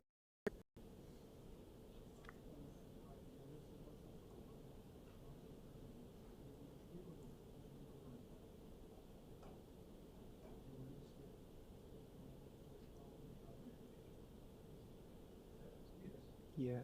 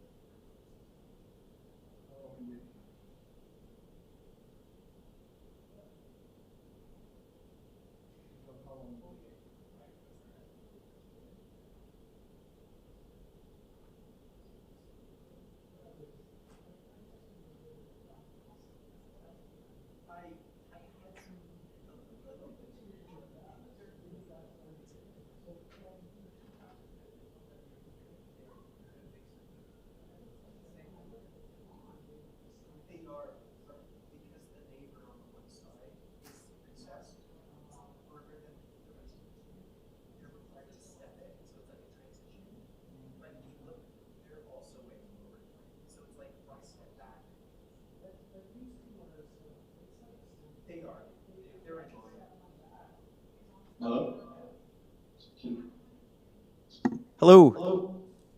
Sorry about that. Name and address, please. Adam Brander from Brander Architects, 260 Carla Avenue, Suite 202B. Welcome back. Just a moment. Staff, can I confirm, we have anybody else online for this item? Through you, Mr. Chair, it looks like the same neighbor, Anthony Amaral. Yes, Yeah. okay, Yeah. very good. Okay. Okay. Mr. Baldock, again, I'm going to ask for a brief presentation on this file. I believe it's similar to 103 in many respects. We've got the 5 minutes up whenever you're ready. Certainly. Through you, Mr. Chair, this is a mirrored proposal to the 103 Bowie. It's dependent on 103 Bowie for the shared wall condition. They're the same variances. It's very much an identical proposal on both sides. Again, just the main building reflects that as right built form. The variances are captured on the main building and slimmed into the one-story ADU building. Setbacks to all adjacent properties are maintained and respected. The shared wall with 103 Bowie. Again, it meets the 4 tests. I feel there's no concerns from planning, forestry, or any other authorities having jurisdiction with the transportation. Yeah, there's not much more to add than what's presented. All right, thank you. Questions? Okay, questions? All right. Thank you, Mr. Brander. I apologize for the mispronunciation of your name. Staff, we have our immediate neighbor. Let's get him back. Yes, I'm here. Yes, your name and address again, please. Anthony Amaral, 35 Chamberlain Avenue. All right. Whenever you're ready. Same concerns. It's going to impact the neighborhood. This is why I'm here, because 1 is multiplying to 2, and it's going to keep going. This will not address the housing issue, because these aren't designed for housing issues. These are designed for people who are trying to generate second income. They're not designed for family dwelling. They're more for individuals, and the neighborhood cannot support this type of construction in the area. The storm systems, everything is not designed to turn this into some kind of multiplex suburb. All right. Questions? Okay, let's turn it back to Mr. Brander. Provide him an opportunity to respond. In response to the comment raised about landscaping, there's no soft landscaping or landscaping related variance being requested, so we're meeting the performance standards for the lots on those aspects. And just looking at the site plan as well, in the general direction of Chamberlain, there's a neighbor tree there that we're actually jogging the garden suite away from to maintain the root protection zone of that nearby tree. So just representing a sensitivity to landscape and tree related aspects. I don't think there was any other comments that related to the variances. Thank you. Just a quick question. Looking at the site plan, I see that there you've got a buffer. Looks like a landscape buffer at the rear of about 2 meters. Am I correct to assume that at the rear of the garden suite and at the sides of the garden suite,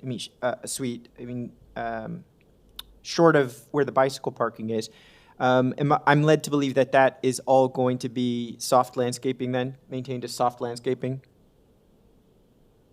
Yes, that's correct. All right, and there'll be no hardscaping back there to the property line. We'll have a buffer there. because I believe there was some concern about drainage and runoff. That's correct. I'll stop landscaping. All right. Thank you for that clarification. Do we have any questions? Okay, let's take this matter into committee. Yes, Mr. Bartolo. Thank you, Mr. Chair, through you. I mean, this is essentially a mirror of the application we just heard. Again, I think it's a good use of the tight space, and it's in keeping with the 4 tests and for the reasons previously stated. I will put forward a motion to approve this application without condition. All right, do I have a seconder? Yes, Mr. Mazziari, thank you. All in favor? Okay, that's unanimous. That application is approved. Okay, item number 8. 62 Sheppard Avenue. The purpose of the application is to allow the existing use of a car rental agency to continue in perpetuity and legalize the existing land use and driveway width. Variances are for use, exclusion of a landscaping buffer and driveway width on transportation comments, as well as a late letter of objection from Harlandale Avenue and a late report from community planning.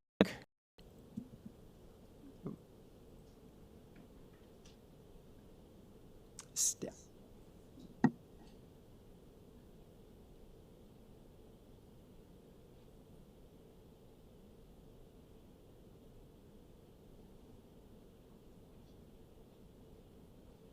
Just note, I've been advised by staff that the letter of objection from 65 Harlandale has been taken back. So thank you for, if you have, reaching out to the neighbor and resolving that before committee. Okay, we have our agent with us. Yes, sir. Can you hear me? Yes, we can. Steve Patelli from Armstrong Planning. Address 1600 Steeles Avenue West, Suite 318. All right, sir. I do see some comments in our community planning report recommending refusal of the application. So I'm going to ask for a presentation from you. We will get, staff have got the 5 minutes up on the screen whenever you're ready. Sure, and if we could bring up the materials that I sent over, please. So before you today is an application for 3 minor variances at 62 Sheppard. The variances are for, as you mentioned, for the use of a car rental agency to continue in perpetuity, a minimum landscape strip along the rear yard, and a minimum drive aisle width. The site currently supports a 1.5-story building. There is no site alteration or physical development proposed. These are all existing conditions. Avis has been in operation on this site for over 6 years, and the variances before you today were subject to a previous minor variance approval in October of 2022 for a period of 3 years, which expired on October 6th of this year. The site is currently designated mixed use under the OP, which allows for a range of residential, commercial, office, retail, and service uses. The secondary plan also designates the site mixed use with a variety of uses ranging from offices, retail, service commercial, residential, and institutional. The site is zoned C6 special commercial under bylaw 7625. The first variance, as I mentioned, is for a car rental agency. As previously mentioned, the use has been in operation since 2019. It was subject to a previous minor variance approval in 2022 for a period of 3 years. Avis has now renewed that lease for an additional 5 years and would like to continue operations in the area for many more years to come. The use provides a service to the community, creates jobs, and has been operating with no issues for many years. Avis is a good corporate citizen to the city and to the surrounding community.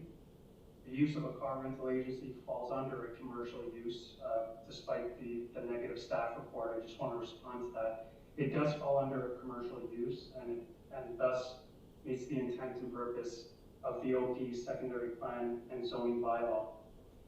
The second variance is to amend the current 1 meter landscape strip at the rear to 0 meters. This again was part of the previous approval. What I do want to say about that is the site kind of acts like a small landing spot of sorts. It produces minimal noise throughout the day when cars are leaving, minimal noise in the evenings when some of them arrive back, and no noise at night.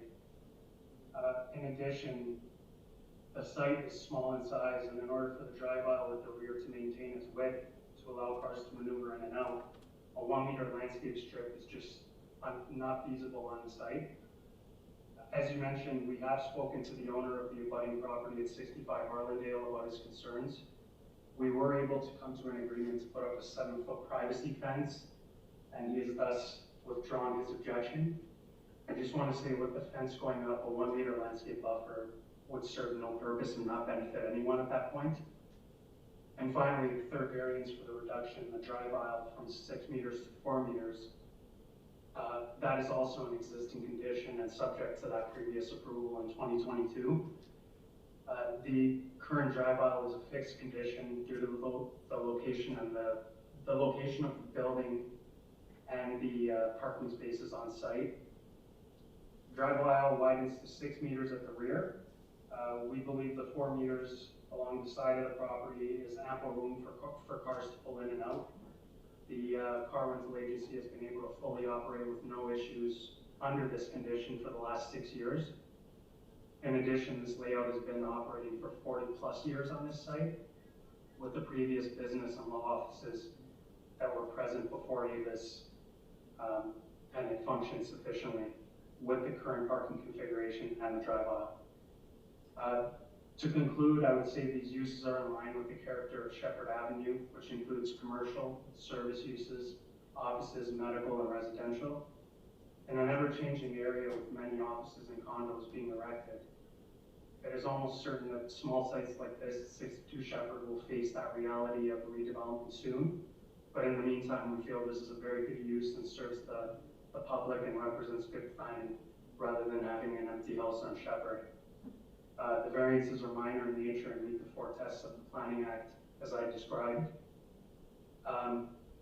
In addition, Avis have been actively searching with the assistance of a broker for a new site that is policy compliant. However, that has not happened yet, and the refusal would mean the loss of jobs, the loss of a business in an already shrinking economy. So we respectfully request that you approve the variances, and I'm happy to take some questions. Thank you. Mr. Schwartz. Maybe I should ask this, but you renewed the lease for 5 years, and you knew that this approval was up. Why did you do that, and what's going on there? Like, is this is there a clause in the lease so that you can vacate if the approvals change? I don't understand that.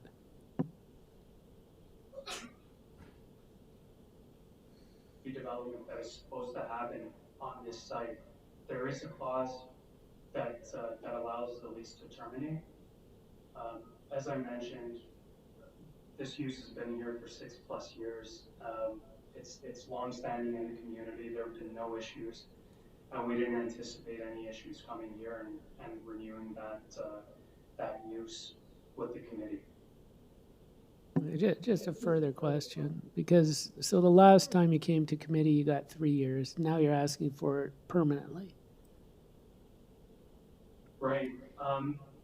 Again, if the committee sees fit to do another temporary use, that is something that we would also consider. But given the fact that it is considered a commercial use, which is permitted in the zoning and the OP, we did not see an issue requesting it in perpetuity. And also, I believe that with the previous ask, and it wasn't me that came to the committee, I believe they asked for a temporary use due to the length of their lease, but again, they've decided to renew it.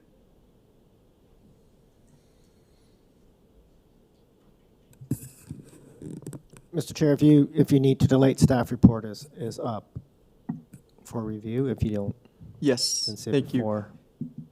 A quick question for the agent. How many people does this business currently employ? At any given point of the day, how many employees would be on site? And given the size of it, there's at least a half a dozen that I'm aware of. And Avis worldwide is over 25,000. So. Okay, thank you. Other questions? Okay, let's take this matter into committee.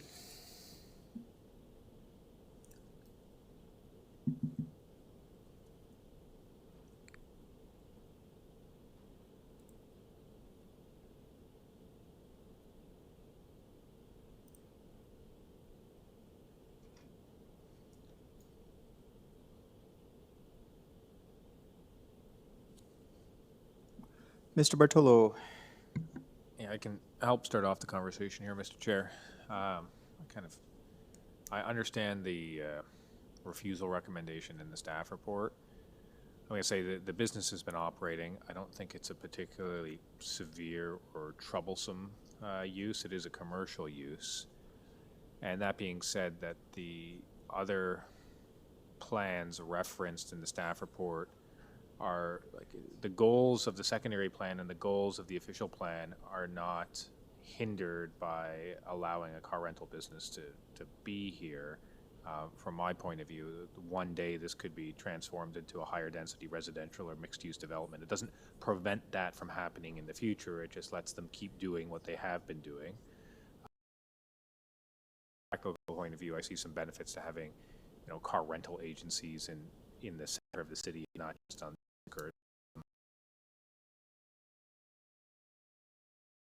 conform to like the idealized form of that area, probably not, right? Is it, obviously doesn't exist within the current zoning bylaw for a car rental agency, but it is a commercial use, like to the cars, right? Is that a permitted commercial use? Is it all that different in many ways? So,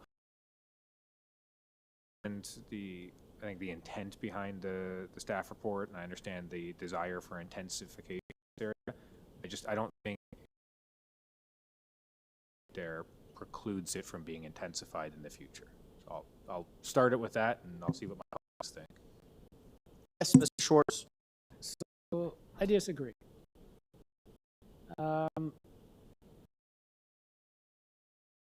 Don't want to see car rentals, or not because of the employment issue.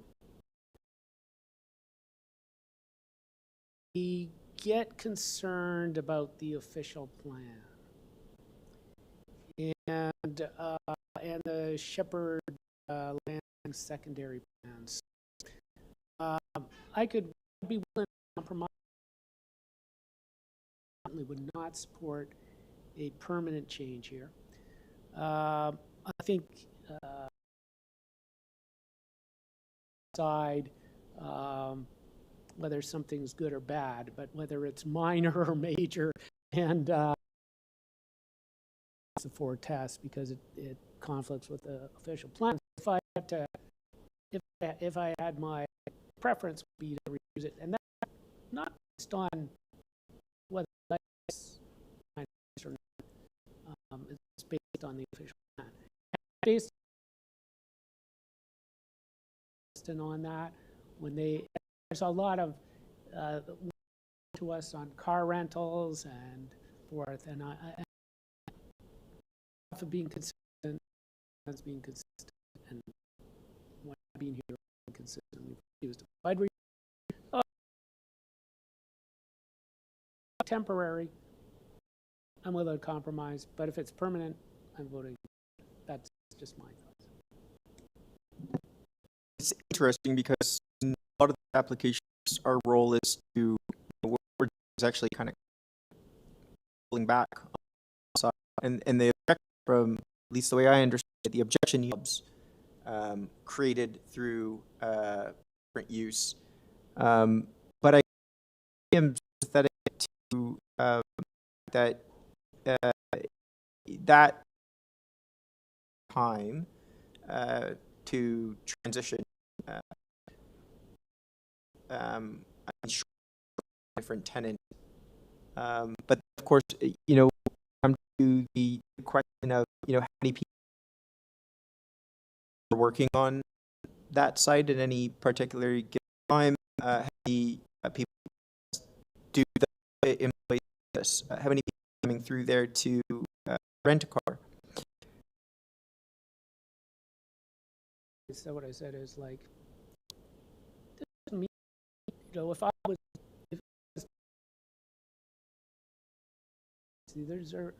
but I don't like to, once a policy is set, like the official plan, reading the staff report, I'm just more in line. This is a bigger issue than minor. If it's not minor, I would vote against. But on a temporary basis,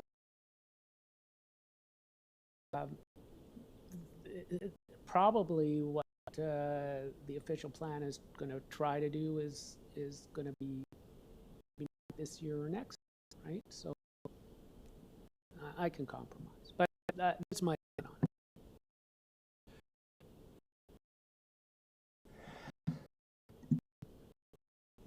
on it. Yeah, Mr. I'm Fazeli. just going to share some comments. I understand in such situations, like the application was before. It's like it's more about what I would like to follow and the decision-making process, and it is clearly against the official plan. Once this happens, it's basically does not apply to Fortis. Such procedural thinking, it would show where I stand on this matter.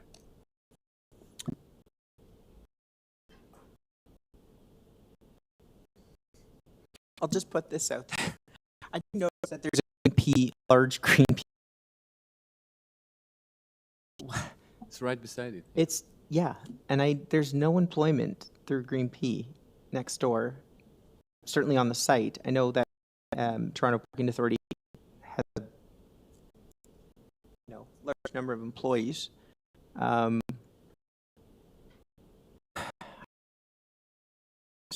I think my concern comes also just from the sheer proximity to the subway and Yonge Street. I mean, I can see that the city really wants development along this corridor, a certain type of development. I'm a little apprehensive to facilitate something that would inhibit growth. Almost, if there wasn't any, while they have every right to reapply to the committee, I would, this is, we can't continue to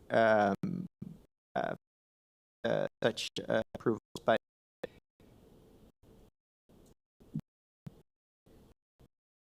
well, maybe a motion, unless you have no more comment against permission to have this as a with this use, and also I tend to agree with the staff, but I think any development is not going to happen tomorrow, so I would support temporary permit. And also I had the concern with the variance number 2, and it's a relief that an agreement with the neighbor. Any discussion about to be brought forward? I don't know. We seem split as a committee. I don't know where this is going to go at this point, so. I'm prepared to bring forward a motion kind of in the middle on a temporary basis, right? And I think generally speaking, we can get the backing hearing. Okay. I'd say that the minimum would be 3, the maximum would be 5, and if it's a discussion around time, I think you're a little generous there. 3. I mean, they were given 3. It was 3 years last time. Yeah, and knowing how long things take to progress through large-scale development and site plan and whatnot, nothing's going to happen in weeks and months, even a year or two, in my opinion. I don't know that, I don't think anything. Sorry, less Mr. than- Chair, some people in YouTube land is having difficulty hearing the discussion. If the members could kindly perhaps just speak right into the mic. No Thank problem. you, Mr. Treasurer. Yeah, so just to the benefit of everybody watching, I'm prepared to bring forward a motion on a temporary basis, and I'm open to discussion on what everybody's version of temporary is. Right? I don't think anything makes sense. Nothing's going to happen in the short term. Work their way through the process for any size development, let alone a major one. So I don't think we're really inhibiting anything at the 3-year mark. We may be at the 5-year mark. Right? I did also hear a submission from the agent that Avis was in the process of looking for an alternative site. I was said at previous committee 5 years ago, but it sounds like if they were given an approval, they unofficially being kind of put on notice. But also, I don't know where planning is going to be at in that amount of time, and I don't know who's going to be sitting on this panel. So, Mr. Bartolo, maybe would you be willing to bring forth the motion? Yeah. Okay. Thank you, Mr. Chair. Through you, I'm going to bring forward a motion to approve this application on a temporary basis for a period of 3 years as of, we'll say, November 20th, 2025. And that is all. Just a friendly amendment, because the applicant also mentioned to put a 7-foot tall fence at the back. No?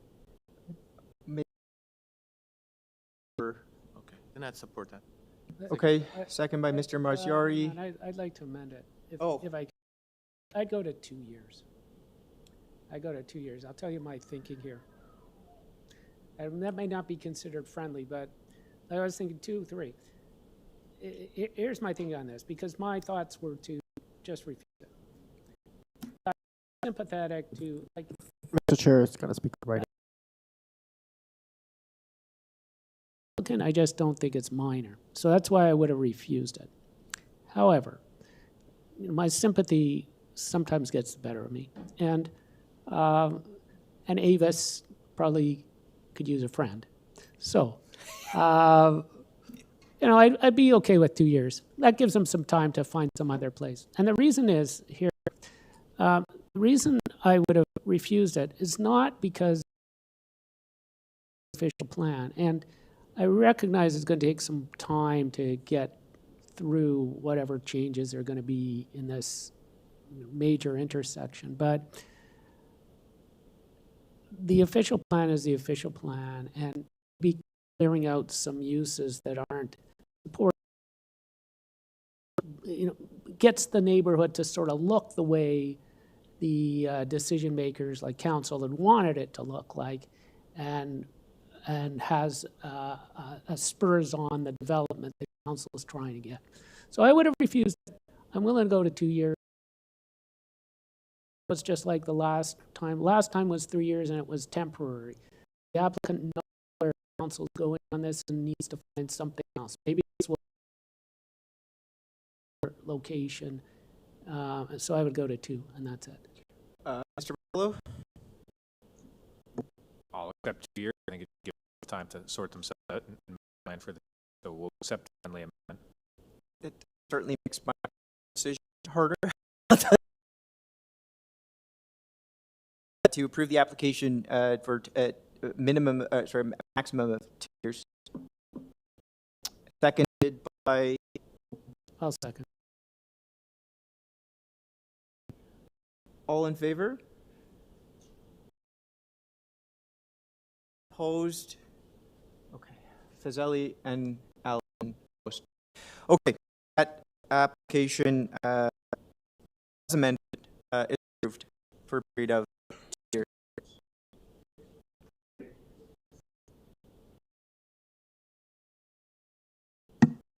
How's everybody doing?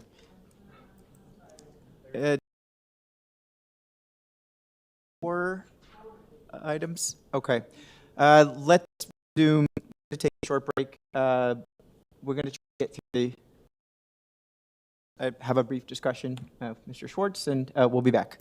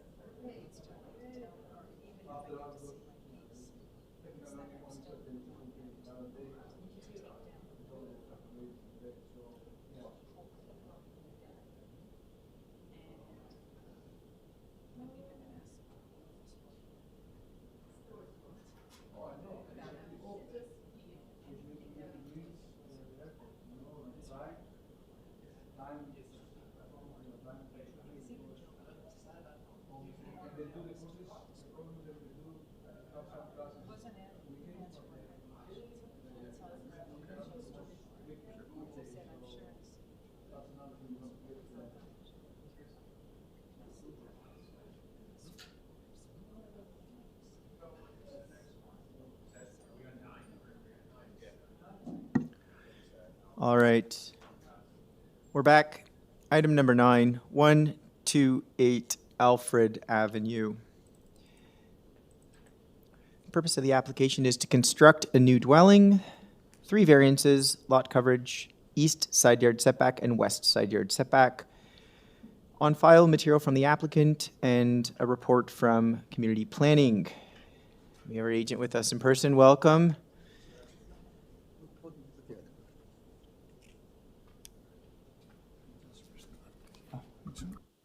Thank you. Good afternoon, Mr. Chair, gentlemen. My name is Ron Safapur. The address is 114 Sites Boulevard, Toronto, Ontario, M12 2K7. I'm the agent and the designer of the house. All right, sir, I do see some opposition from community planning, so I will ask for a presentation, and if you can, address some of the comments that were raised by planning staff for us. I just wanted to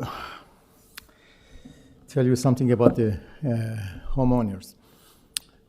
Homeowners, husband and wife, working for 20 years in Toronto in order to can afford to have a first house in Toronto. They are a family of 6, 2 teenage daughters, 1 son, and 1 mother-in-law. I designed this house. I tried to not to have so many variances, except the coverage, because to fit the requirement. But unfortunately, even the side setbacks, I allowed 5 feet because the new bylaw for the 50-foot frontage houses allows 1.5 meters or 5 feet. But this area is exemption, and I had to have another variance for side setbacks. I reduces the, according to the staff recommendation, reduce the coverage from 34% to 32%, 89.29, to fit this requirement. Thank you. If I may ask, where is some of the, so you've got a bit of overage from, I think 32% was a number that community planning flagged as a sort of average for, That's right. something, a number that is, they pulled from past approvals, I should say. Correct. What, in your humble opinion, what would you say is contributing to the additional percentage above 32 here? The issue is the square feet of the house. 32% give us about 3,470 square feet, but 32%, 89, is about 50 square feet more, which is very needed for this family. Just 50 square feet more for this number.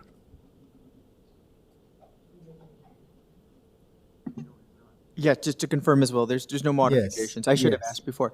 Yeah. Okay, and some of the rear structures, we've got walkouts, decks. Is that included in the lot coverage? Is that part of it? Excuse me? Is some of the structures, the structures off the rear, so you've got a deck, you've got a walkout, is that part of the calculation of your lot coverage? No. It's not, so we're just looking at the main walls? Yes. Front, rear, and side? Exactly, yes. Okay. Mr. Vizzelli. Through you, Mr. Chair, just a point of, like, a clarification. I've heard that you mentioned 32%. Is that what you have in That's mind? no, that's 'Cause the what the public- staff wants. I see. Staff wants That's to a- oh, 32%, but I asked for about 32%, 0.89.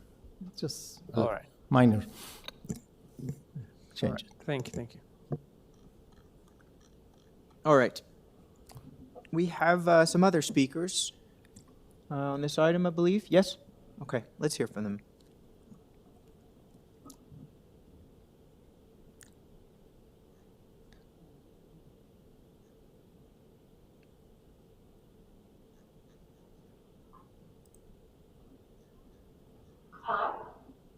Hello? Hello? I'm an abiding neighbor behind. So I'm not, I've spoken to some neighbors. Hold on, let's get your address, and if you can, please just restate your name for the record. Okay, yep. My name is Catherine Dean. I'm at 171 Hollywood Avenue, just directly behind the proposed structure that's going to be built. All right, and your submission? Wait a- Yes.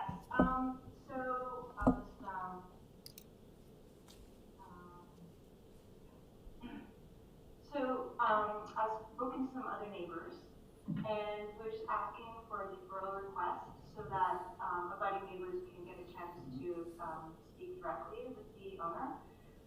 We want to work with the developer, and we understand, the need for development, but we want to be respectful with, the rules and regulations.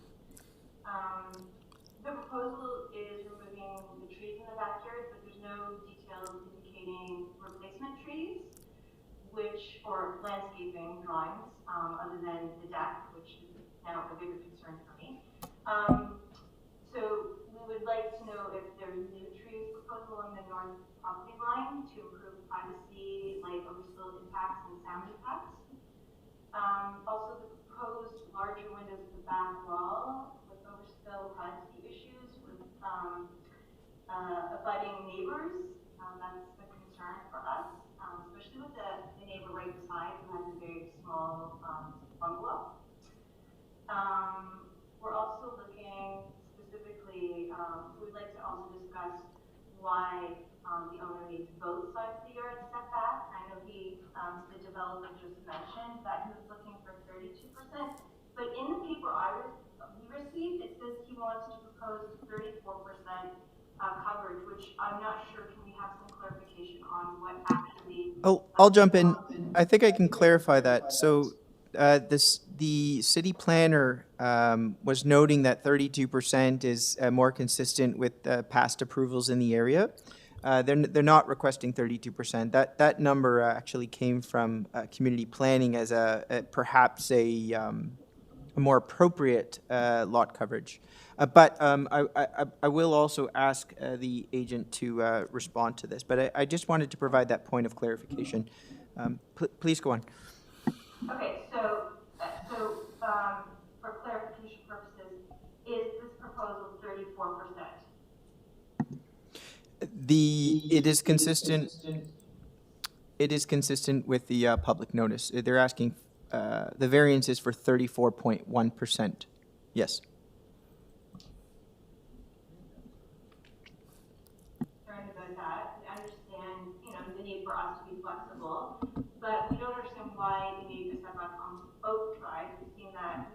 We seem to feel it's unnecessary and excessive. It's also excessive because this variance triggers another variance, which is lot coverage.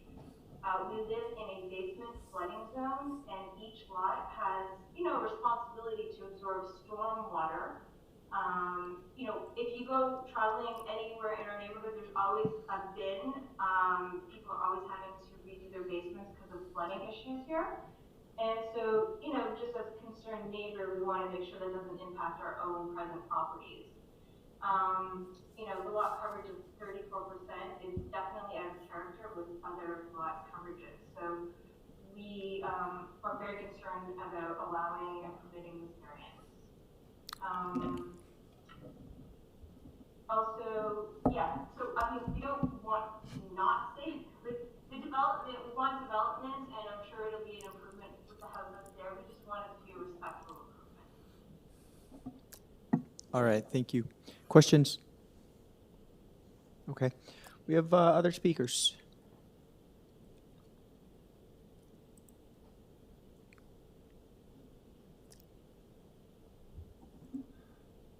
Through you, Mr. Chair, no, this was the last speaker. All right, it appears so. Okay. So I want to turn it back to provide you an opportunity to respond to the immediate neighbor.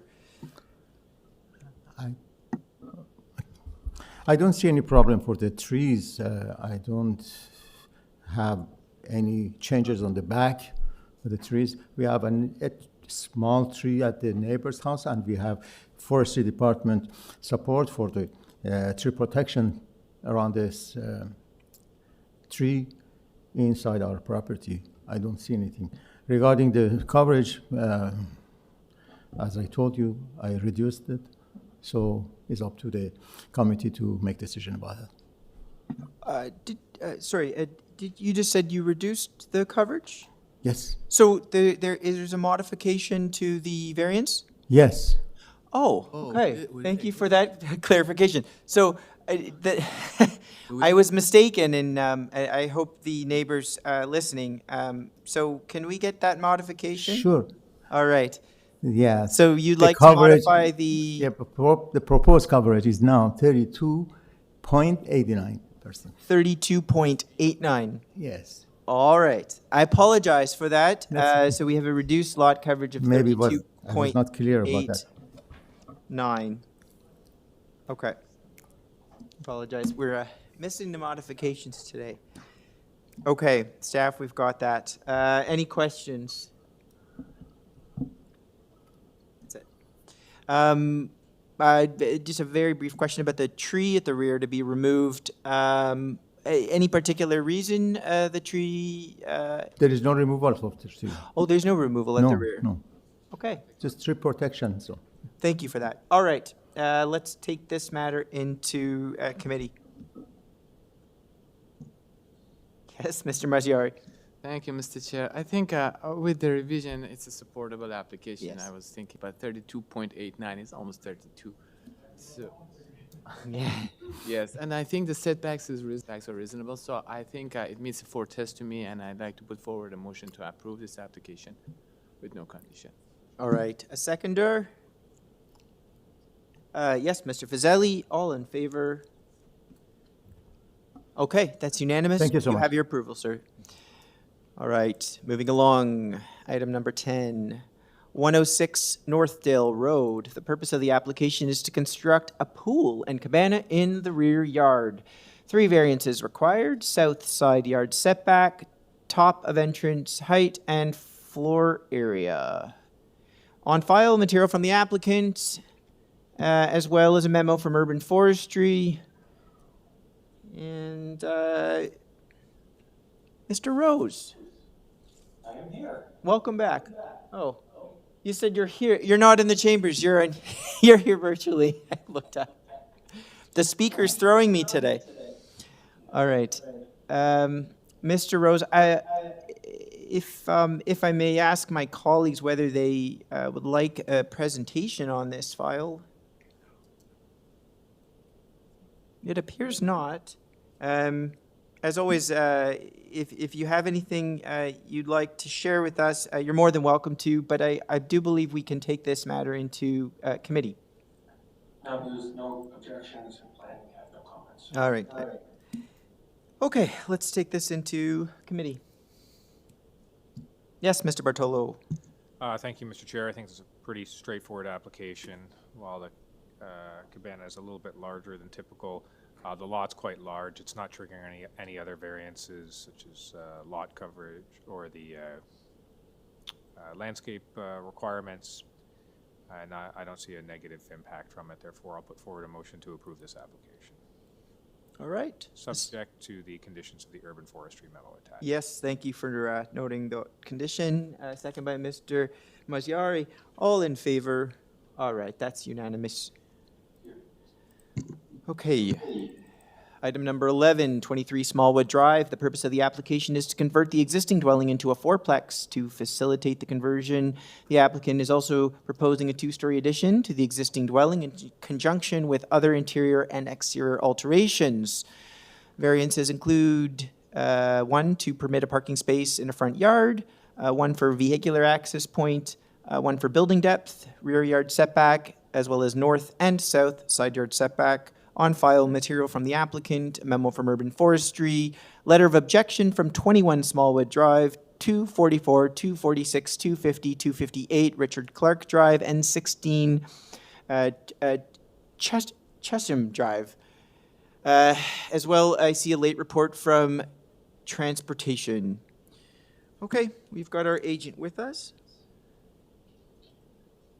Good afternoon, Chair and member of the committee. My name is Farmis Vidali, and I'm from 36 GLENBOROUGH Crescent, and I'm the agent. All right, we've got some opposition to this file, so we'll get the 5 minutes up, and the floor is yours whenever you're ready.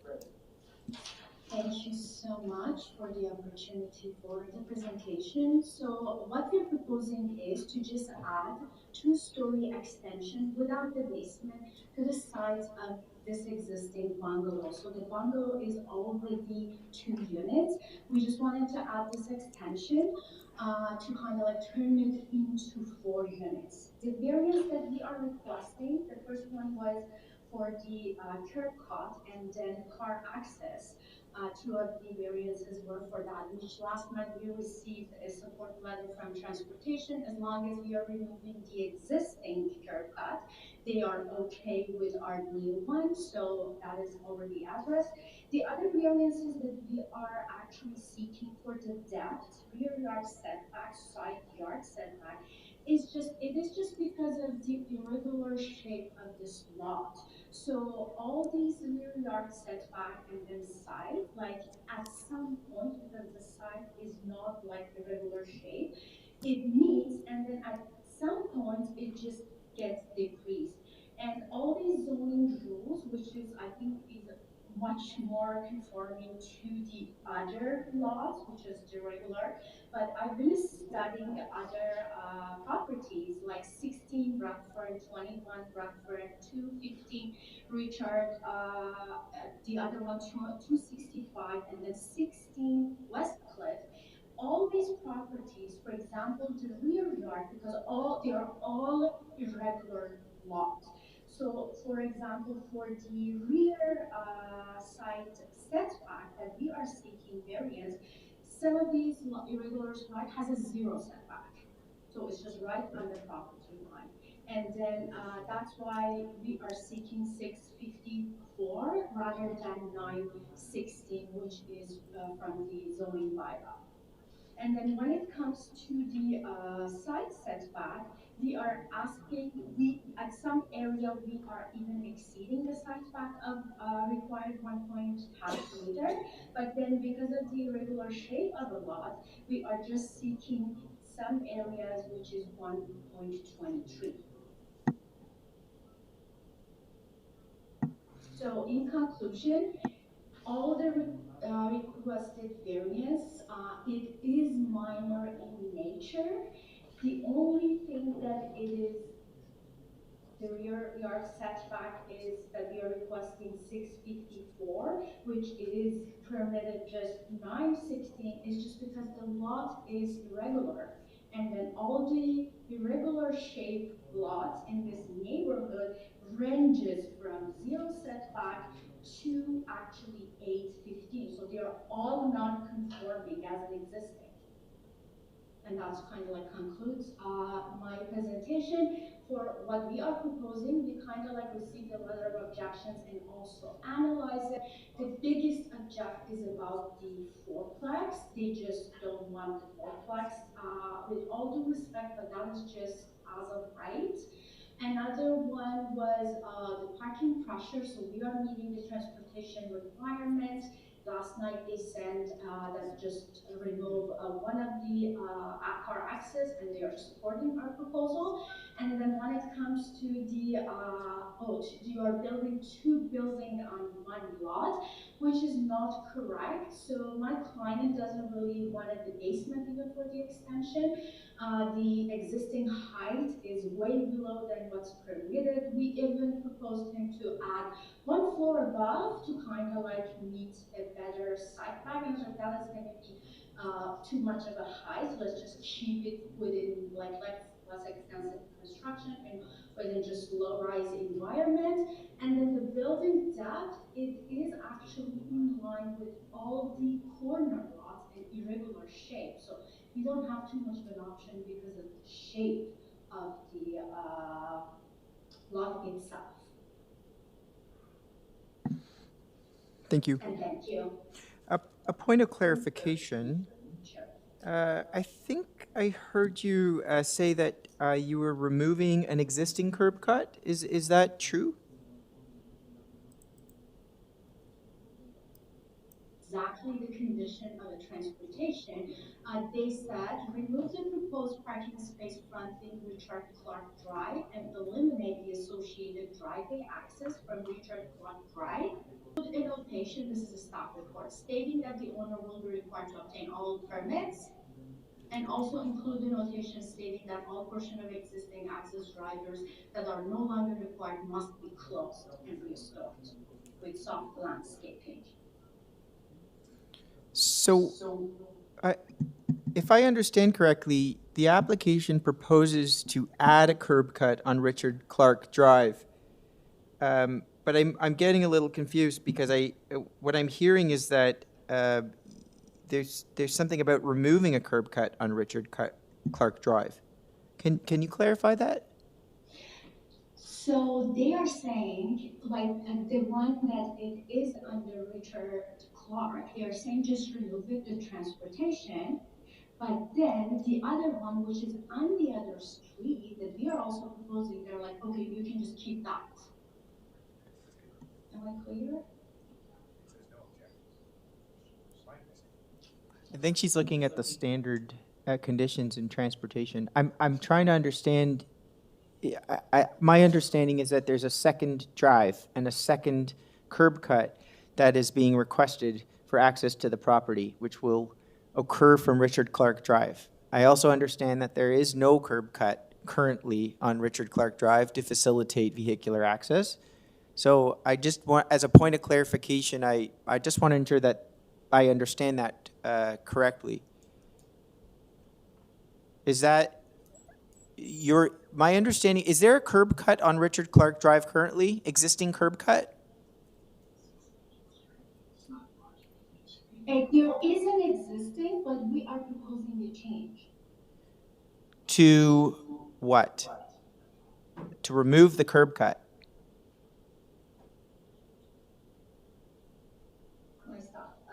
To what is it that we are doing exactly here? So we launched two chapters, one Richard Clark, one SMALLWOOD. The existing Richard Clark need to shift to All right. There is a shift. All right, that's different. Okay. Yeah, I'm sorry. All right. I want to make sure I understand the application correctly. Okay. I apologize. I keep mixing up. No problem. Any questions at this time? No. Okay. We have some people here to speak to this matter. Please come down. Through you, Mr. Chair, there's one of the speaker, Maria Asundatari. She can join online, so I have her on the phone. I will put her on the speaker so she can. Of course, yes. If I may, though, I'd like to first allow the person that's here in person. Okay. He can just hold and listen. It's just okay. I will a courtesy to those that have come down in person and. Another speaker in person, okay? And then we'll hear from the neighbor online. When your time comes to speak, I will come back, okay?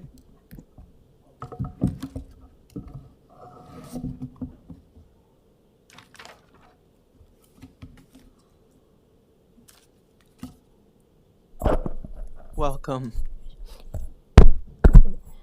Okay. Good afternoon, members of the Committee of Adjustment and everyone present. My name is Josie Rubino, and I am a resident in the neighborhood near 23 Smallwood Drive. And the reason for attending this public hearing is to personally and strongly oppose to the proposed development. Multiplexes belong on major streets and transit corridors. I apologize to interrupt. Can we just get your address for the record? I'm sorry? Oh, I'm sorry, I had That's it right okay. there. I missed it. Yeah, it's okay. Take your time. Okay, so it's Josie Rubino, 258 Richard Clark Drive. Okay. And the subject, obviously, is the public hearing. Do you want the file number? No, that's good. That's all Okay. I needed. Please the continue, subject and is- I apologize to interrupt. Okay. So I was at, I'm sorry. I guess I lost my point now. Yeah, take your time. Okay, multiplex should belong on major streets and transit corridors, not on small, quiet residential streets. Multiplex belong, and this proposal does not fit the build form of the neighborhood and brings problems we are already having from other multiplex that have been built in the neighborhood. The design also does not add architectural merit and would stand out from the rest of the street. Approving this project would set a dangerous precedent for the spread of multiplexes into streets designed for single-family homes. I would also like to add that I speak on behalf of those residents near and around the property in question, 23 Smallwood Drive, who strongly oppose the proposed development. And for various reasons, whether working people, elderly people, or people with language barriers, or simply did not receive such a notice and are unable to reply or communicate their decision at the public hearing notice. I also like to mention that many of these residents have signed a petition, which I have here. I wasn't unable to hand it in earlier because apparently you have to submit it ahead of time. But I needed more time, and the timeline was so short, we didn't have time to go, to go around. And these people work, most of them, so we needed to go at night, and the time was limited. So if I can hand this in later, I would appreciate it, and I'm sure my residents, my neighbors would appreciate it too. I'll interrupt. Staff, is there anything that would not allow us to have that added to the public file after the fact? If the neighbor wanted to have that submission put on the record? I know we can't look at it at the document right now, but would they be allowed to submit it after the hearing? Through you, Mr. Chair, we'd be able to accept a digital PDF. However, it wouldn't be online for the benefit of everyone viewing prior to this hearing. Fair enough. Okay. So after the hearing, you can submit that over to our staff, and I can hand it in, or I can have to fax or have to email it in. Email if possible. I can email it like a PDF later. Okay, I can do that then. Yeah. Okay. Continue. And that would be the same address that I send the staff will, after you can walk on Okay. over to staff, they'll get you sorted. All right. So whatever you build here, it will not have an architectural merit. I am sure that the main interest of the city is always and mainly safety in our streets and communities. As I remember in the past, our community being a single-family residential area, it has been quite safe. Therefore, please be considerate and keep or build these multiplexes away from our small, quiet residential streets. My concerns and my neighbors' concerns include timeline. The timeline was too short to the above mentioned notice was received, if at all received, towards the end of the first week in November, when the hearing was scheduled for today, November 20th. So giving the community or dead residents not even 2 weeks to collect our comments and materials, additional materials to oppose to this proposal. Another point, neighborhood character. Small residential streets in our area are low-rise and single-family and built in bricks, not like a farm-looking built structure. Multiplexes will fundamentally alter the look, feel, and scale of these streets, not to mention safety. Cumulative impact.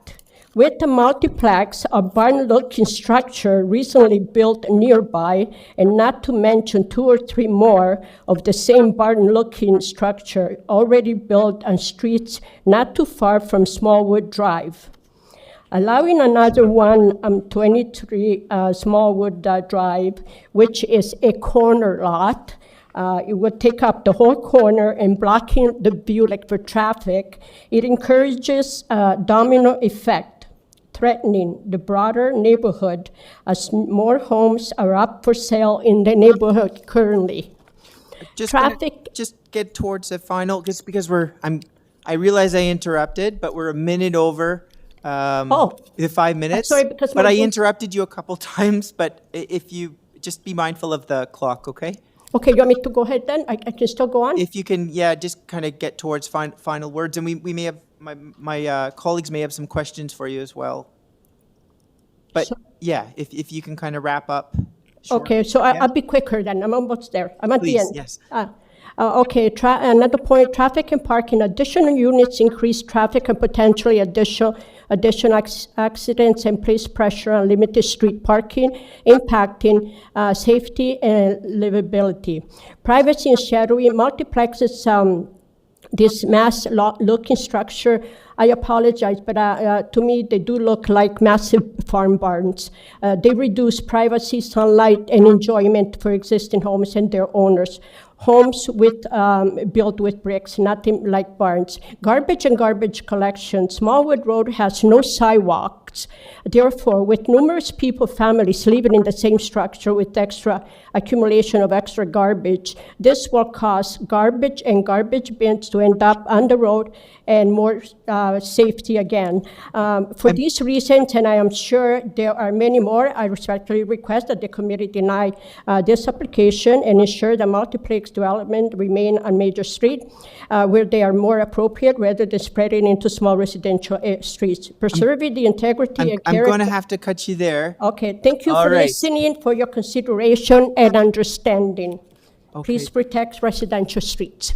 Thank you very much for that submission. Thank you for listening to me. Of course, of course. Okay, we have some other speakers on this? Yes. Oh, actually, before we get to our next speaker, I'll ask my colleagues, do we have any questions?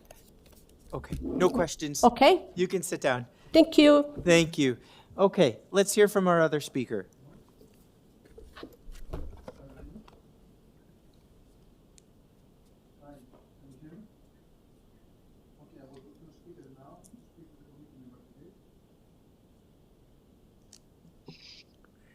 Okay, go ahead. Good afternoon, committee. I just want to agree with what Josie just said. This building doesn't have any architectural merit.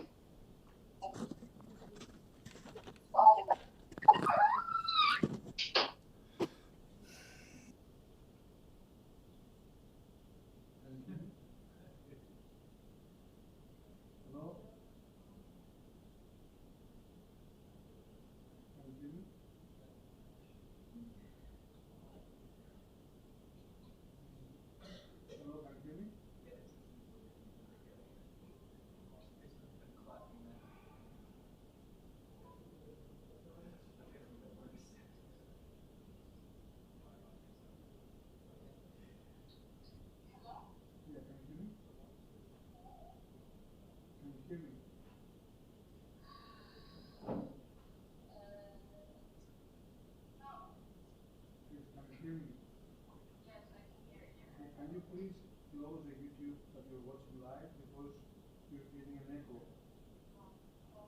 Yes. Okay, so I will put you back online to speak with the committee members, okay? Okay. Go ahead. Good afternoon, committee members. I just want to say that I agree with the previous speaker, Josie. I agree with everything that she has said, and I don't believe that this area needs the intensification that is being done. From a single unit to 4 units, it's not acceptable. The homes, those added units are small. They're not livable for one family, even though they're designed with 3 bedrooms. It's not acceptable. It's little shoe boxes. And if it's fine, anyway, onto the parking. There was a letter from the Transportation Committee that I just saw last night, and it says that the driveway going out to Richard Clark has to be removed and paved over, which would leave only 2 parking spaces. I can see in the future that the grass will be used for extra parking. You have 4 dwellings, 2 parking spaces.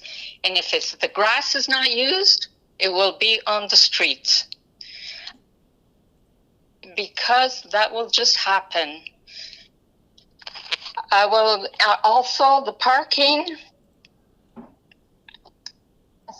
this is a small street and there is traffic with cars parked on the street. It is not safe.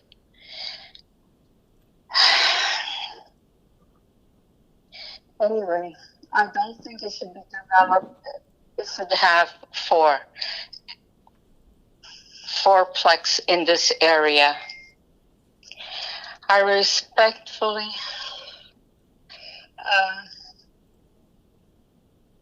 I don't know. I don't think it should happen. And the owner of the house is not a very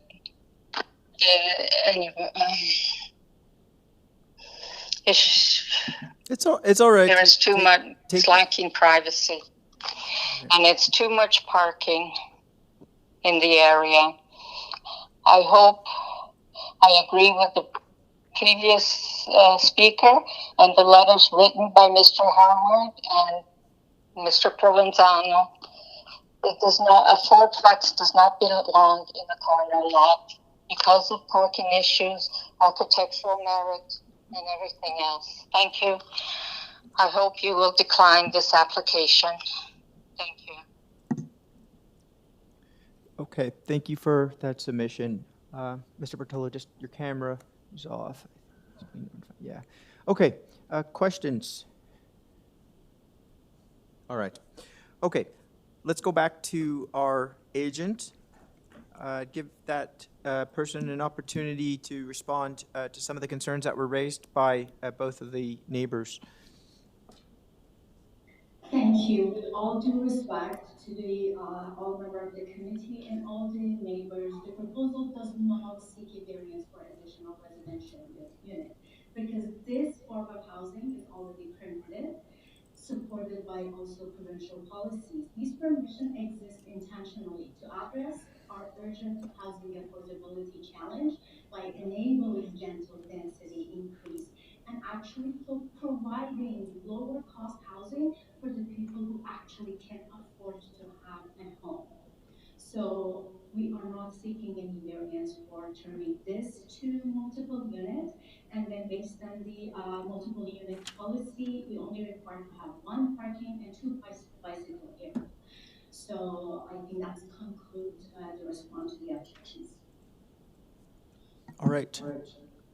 Questions? None. Let's take this into committee.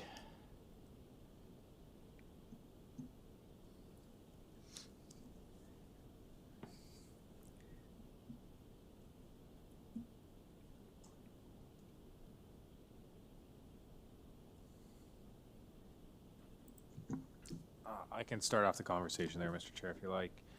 Sure. It's a bit of a atypical design. It's almost like, kind of looks like two semis, one fronting onto one street, one fronting onto the other street. Yeah. So, I mean, I suppose it's the nature of the corner lot. Transportation Services doesn't seem to have any issues with the multiple driveways, and in some ways, I can believe that's better than having one giant driveway to service everything, especially from a kind of more residential look and feel. While the design is not common, on balance, the variances for the setbacks are not outrageous from my point of view, and Transportation Services is satisfied with the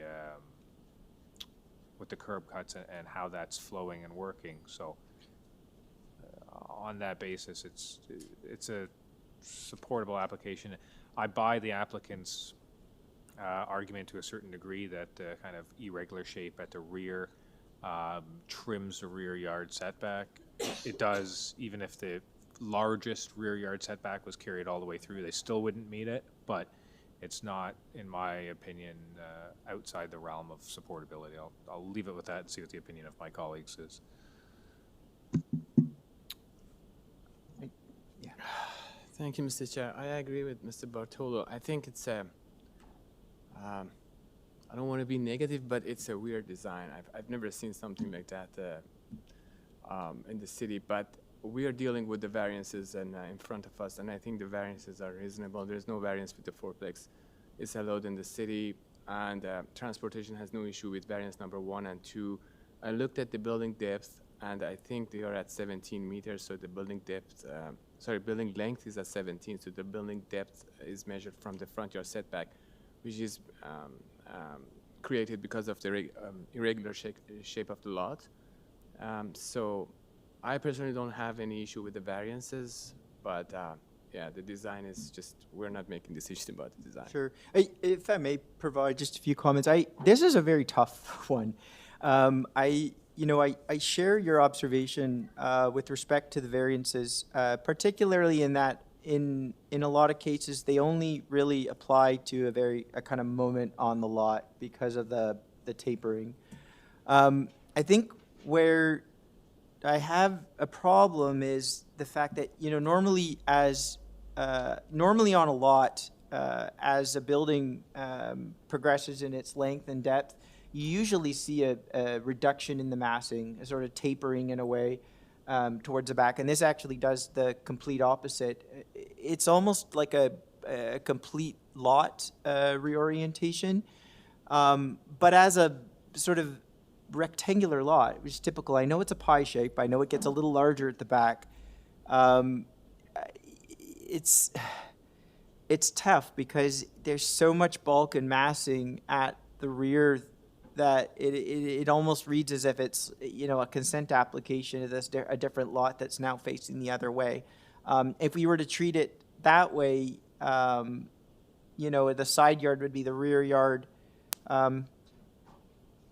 I don't know. It's a lot. It's a lot for me. I think cumulatively, I don't think the variances are meet the test of desirability because of the massing that it's producing at the rear. And I'm sympathetic to.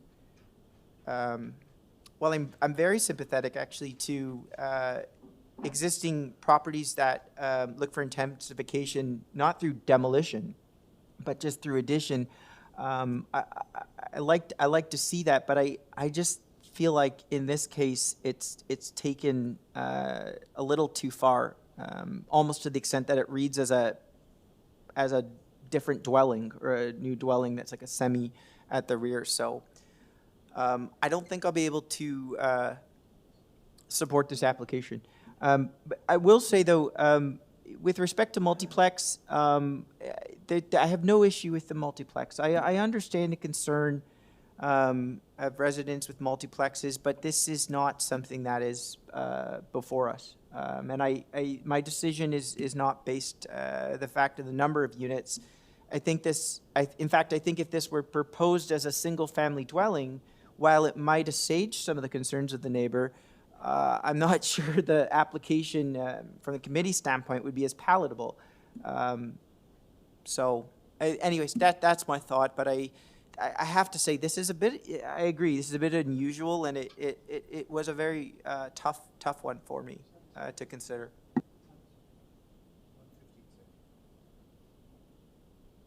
I'll also note there's 4, so in the event that there is any tie, the chair won't be able to vote.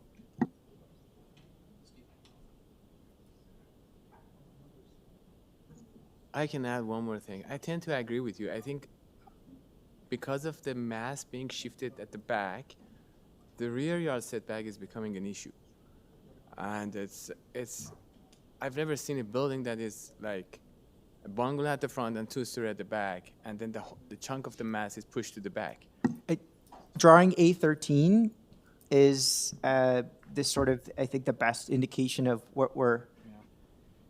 It's the proposed west elevation. You just see the existing dwelling, right? It almost appears as a garden suite behind what is now an addition at the rear. So, and I don't think, it's almost like a lot reconfiguration where now you want to have something, the opposite direction from side to side. So, anyways, I'll leave it there. I'll reserve any. Strange design, and I'm not here to be a stylistic, critiquer.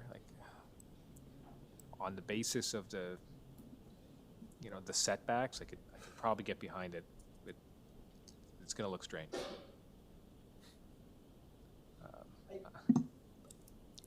This is the type of thing if I was driving down the street and saw them being built, I'd probably have to, I'd be curious. Again, I don't know. Neighborhood, this is neighborhood character, neighborhood fit. It's definitely not within the neighborhood. OP, this is, it just stands out as an addition. It doesn't appear as an addition. It almost appears as a new dwelling at the rear. The scale and proportion is just so off, but I'll leave it there.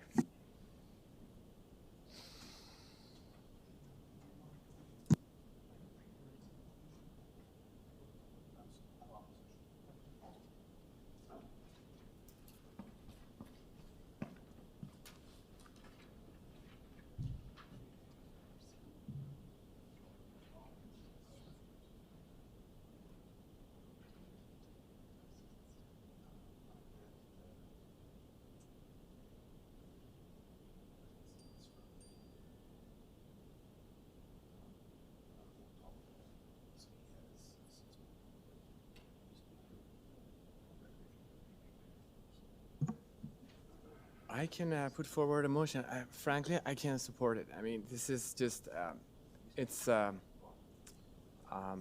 don't have an issue with variance 1 and 2, but the length with the mass at the back, the rear yard setback, the whole massing, it doesn't fit there. So I put forward a motion to refuse this application. Do I have a seconder? All right, second by Mr. Bartolo. All in favor? Okay, that's unanimous. Application is refused.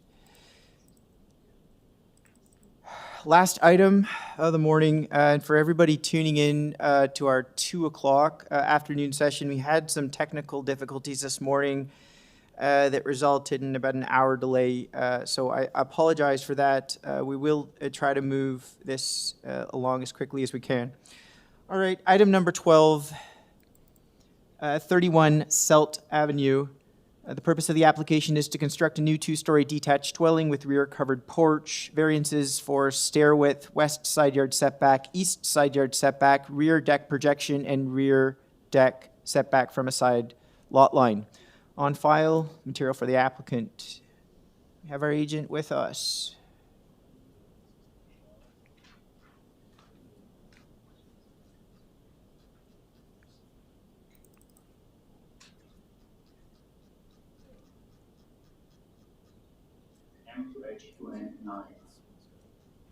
Can we just get that again? You got cut off there. Oh, sorry about that. This is from the band library. I'm the architect and the applicant before you today, and good afternoon, everyone. The address for the record is 13 Hollyberry Trail in North York, M2H2N9. Thank you. going to ask my colleagues if they require a presentation on this file.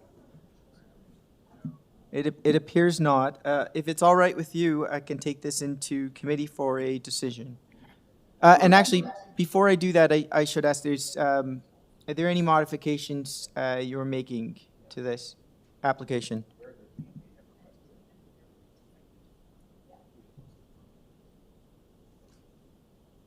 Mr. Baghdadi? I repeat myself, the application stands as is, there's no modification. Okay. And nothing else you'd like to add then? I can take this forward? It's a straightforward application. We have so many other applications that has been approved with reduced side yard setback, which is our main variances here. I think we are in keeping with the neighborhood character. All right. Let's take this into committee. Yes, through you, Mr. Chair, if there are no comments, I'm okay to forward a motion for approval of the application. I believe it's satisfied for test. Thank you. All right. Do I have a seconder? Second by Mr. Mazziari. All in favor? All right. Unanimous. You have your approval, sir. Okay. The time is 2:28. We will resume 3:30. Staff? We've had a long morning. Staff need a chance to eat. Unless you guys want to take a shorter 45 lunch? Yeah?